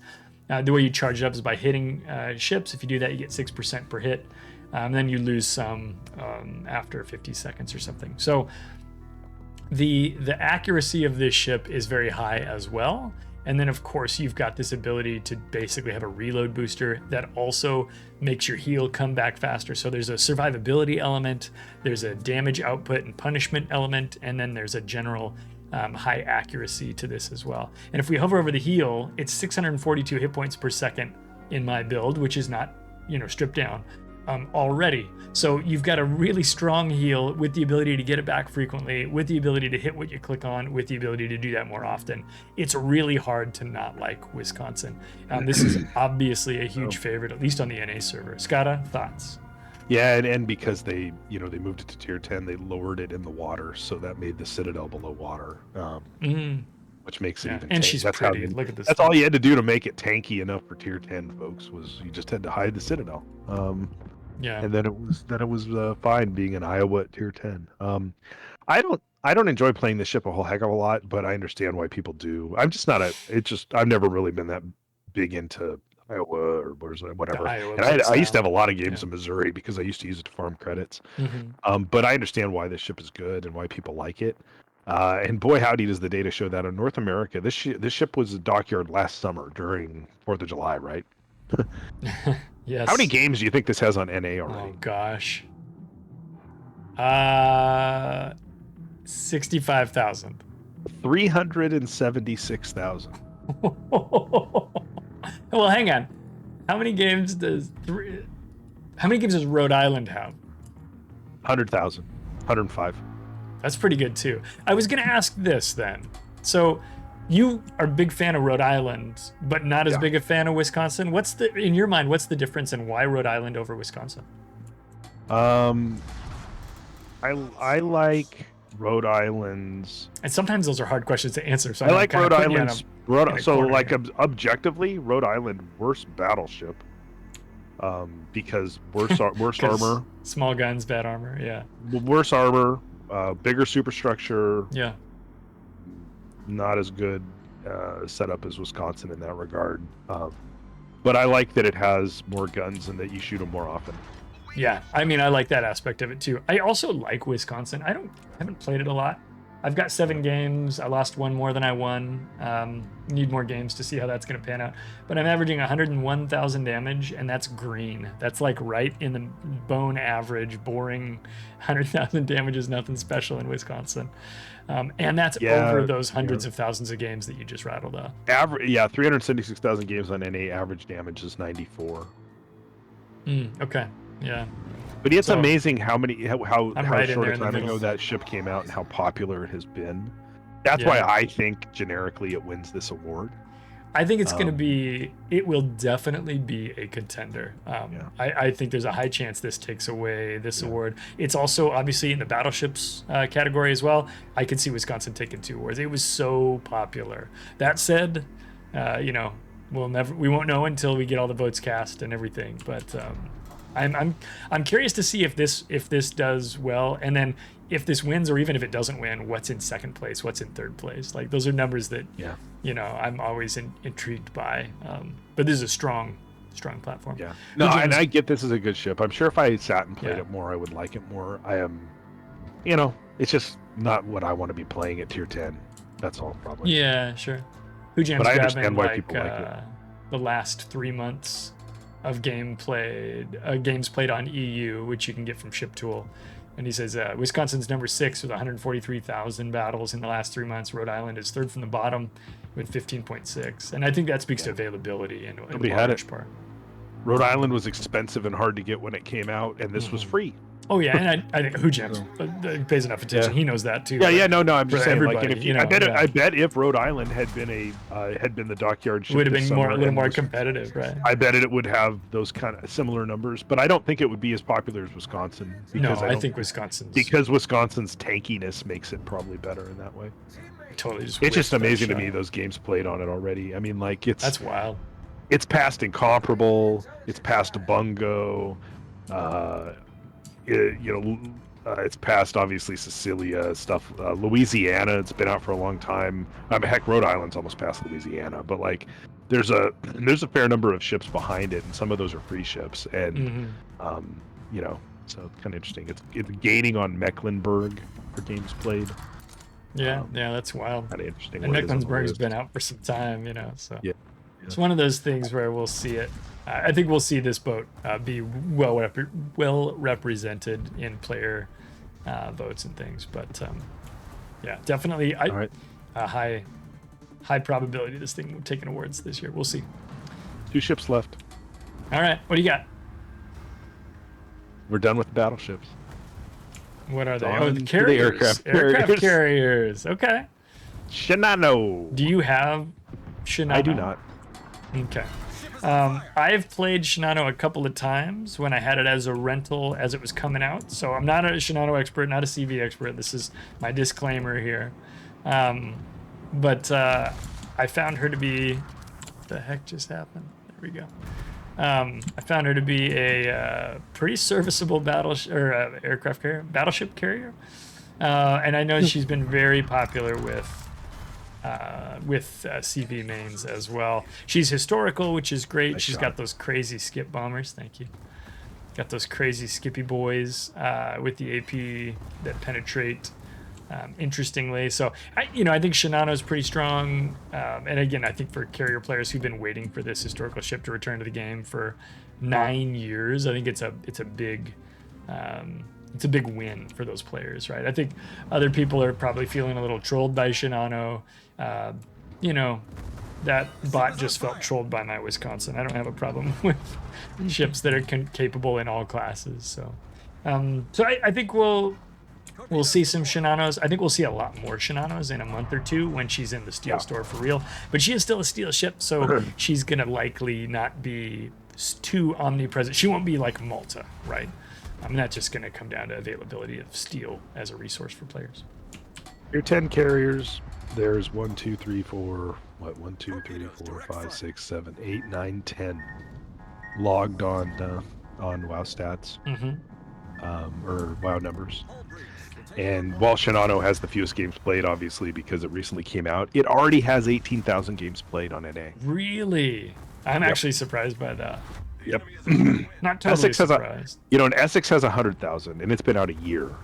Yeah, and it's tech so tree, which the and it's availability tech tree, is right? huge. Yeah. And so the rate of play on how expensive Shinano was, how you had to buy it overpriced because it came with the steel it's thing the steel and yada yada thing. Yeah. But that would tell you how many CV players. First off, we know there's a lot of people who like CVs that will say they don't. Sure. Well, they want and to then there's fit a in lot at of school, Yeah, there's a lot of people who like CVs that are closeted CV fans, and that's fine. And like, but this just says like the combination of historically interesting, new play style, because the AP skip bombers is a new thing. Yeah. This is not how to play Wisconsin, by the way. IJN fans, etc. But yeah, that ship, 18,298 games right now logged on NA and randoms, and that's only been out this month. I think that's a impressive number. Obviously, that's huge. Something like PVO had more games. But PVO's going to appeal to a wider player base. Hoffman may have had similar, but I wouldn't have thought that many. That's good. On Shinano, but that's a lot, right? And so kind of interesting there. I don't know how popular it's been on the other servers, but and I don't feel like looking. But someday will I get it? Someday, because it'll be a steel ship and there'll be a coupon and there won't be anything else to buy other than it or Archerfish. And I'll be like, well, okay. Yeah. Like, I'll get it. I mean, like, I have FDR and like, yeah, okay, whatever. But yeah, interesting to me. Yeah, I think I think that's going to be a boat that does become popular. I think it'll be really annoying next month for, you know, a month or so, or whenever it comes out, right? Whatever patch that is. It's supposed to be next patch, right? So we'll see. I don't know if they said. You know, we'll see. I don't know if any of the patch note stuff or any of the coming up 14.0 stuff is talked about. When those things are actually. I know they said, oh, they're coming out in Steel Store after when the Steel Will event ends. I'm not sure if it ends at the end of the month though, or when it ends.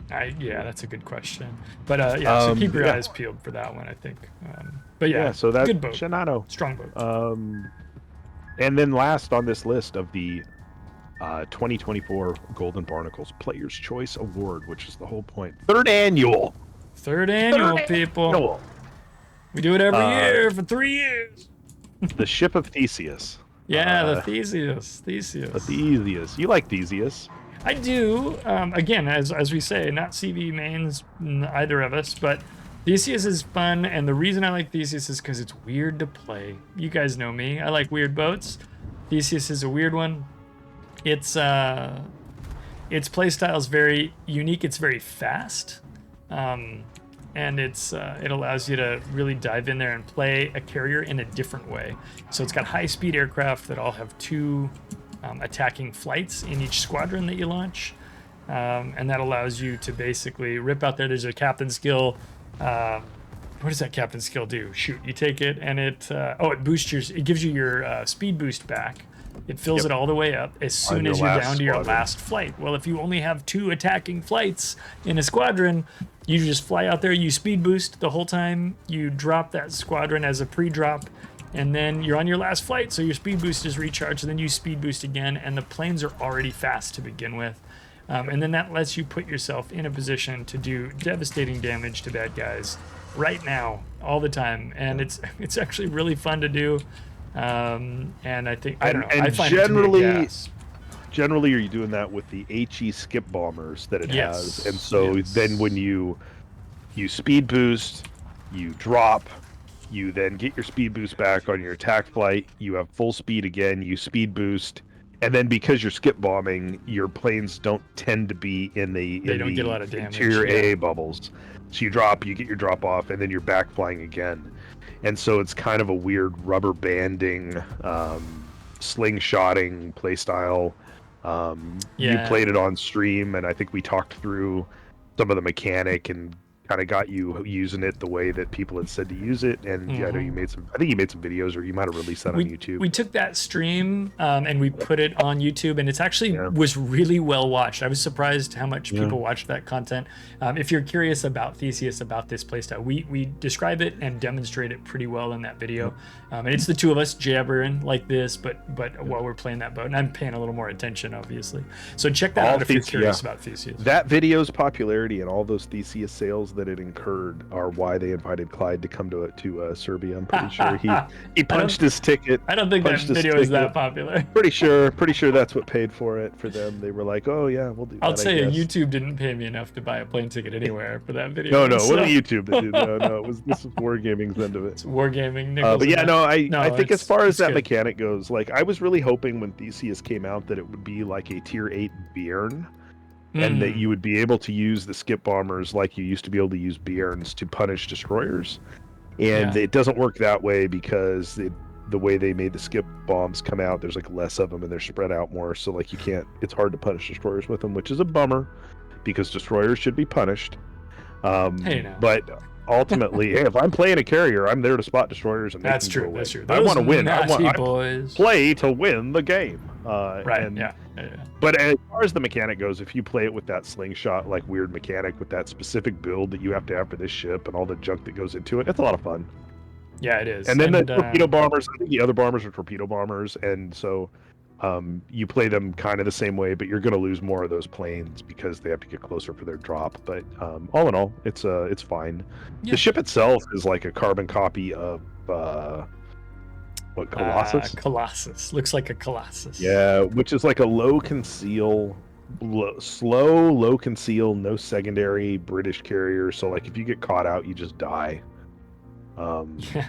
Colossus all I in found a all- lot harder to have fun in than Theseus. Yeah, I'll say that. Theseus, I think yeah. if you're good at carriers, you can have more fun in Colossus than I can. But Yeah. I was not good enough to play Colossus very well. 8,500 and change games of Theseus on NA. Mm-hmm. Puts it to it's past Azure Lane Hornet, which I believe Whoa. also go. might have come out this year, but It did. it's got a ways to go before it catches Saipan Black and Sanzang, which is sad to say that it's behind Saipan Black and Sanzang. I would rather play Theseus than either of the Saipans. Then but- those are then either of the alternate Saipans, because there's also real Yeah. Saipan out there too. Right, right.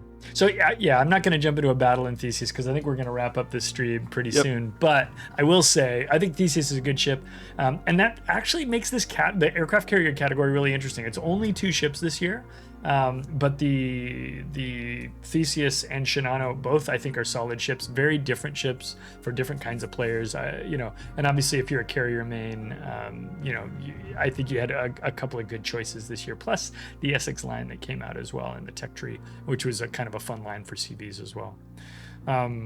Good boats both. Skada, man, this was a good idea, and I had fun doing it, man. Thanks for talking us through the ships and taking us through the line and looking it up was some fun to do. stats and I chat. thought it might be Thanks for more your comments as entertaining well. to have us jibber jabber and push some people to go vote on this rather than just watch you farm incapacitation ribbons. So I hope you finished that mission. I got pretty close, I think.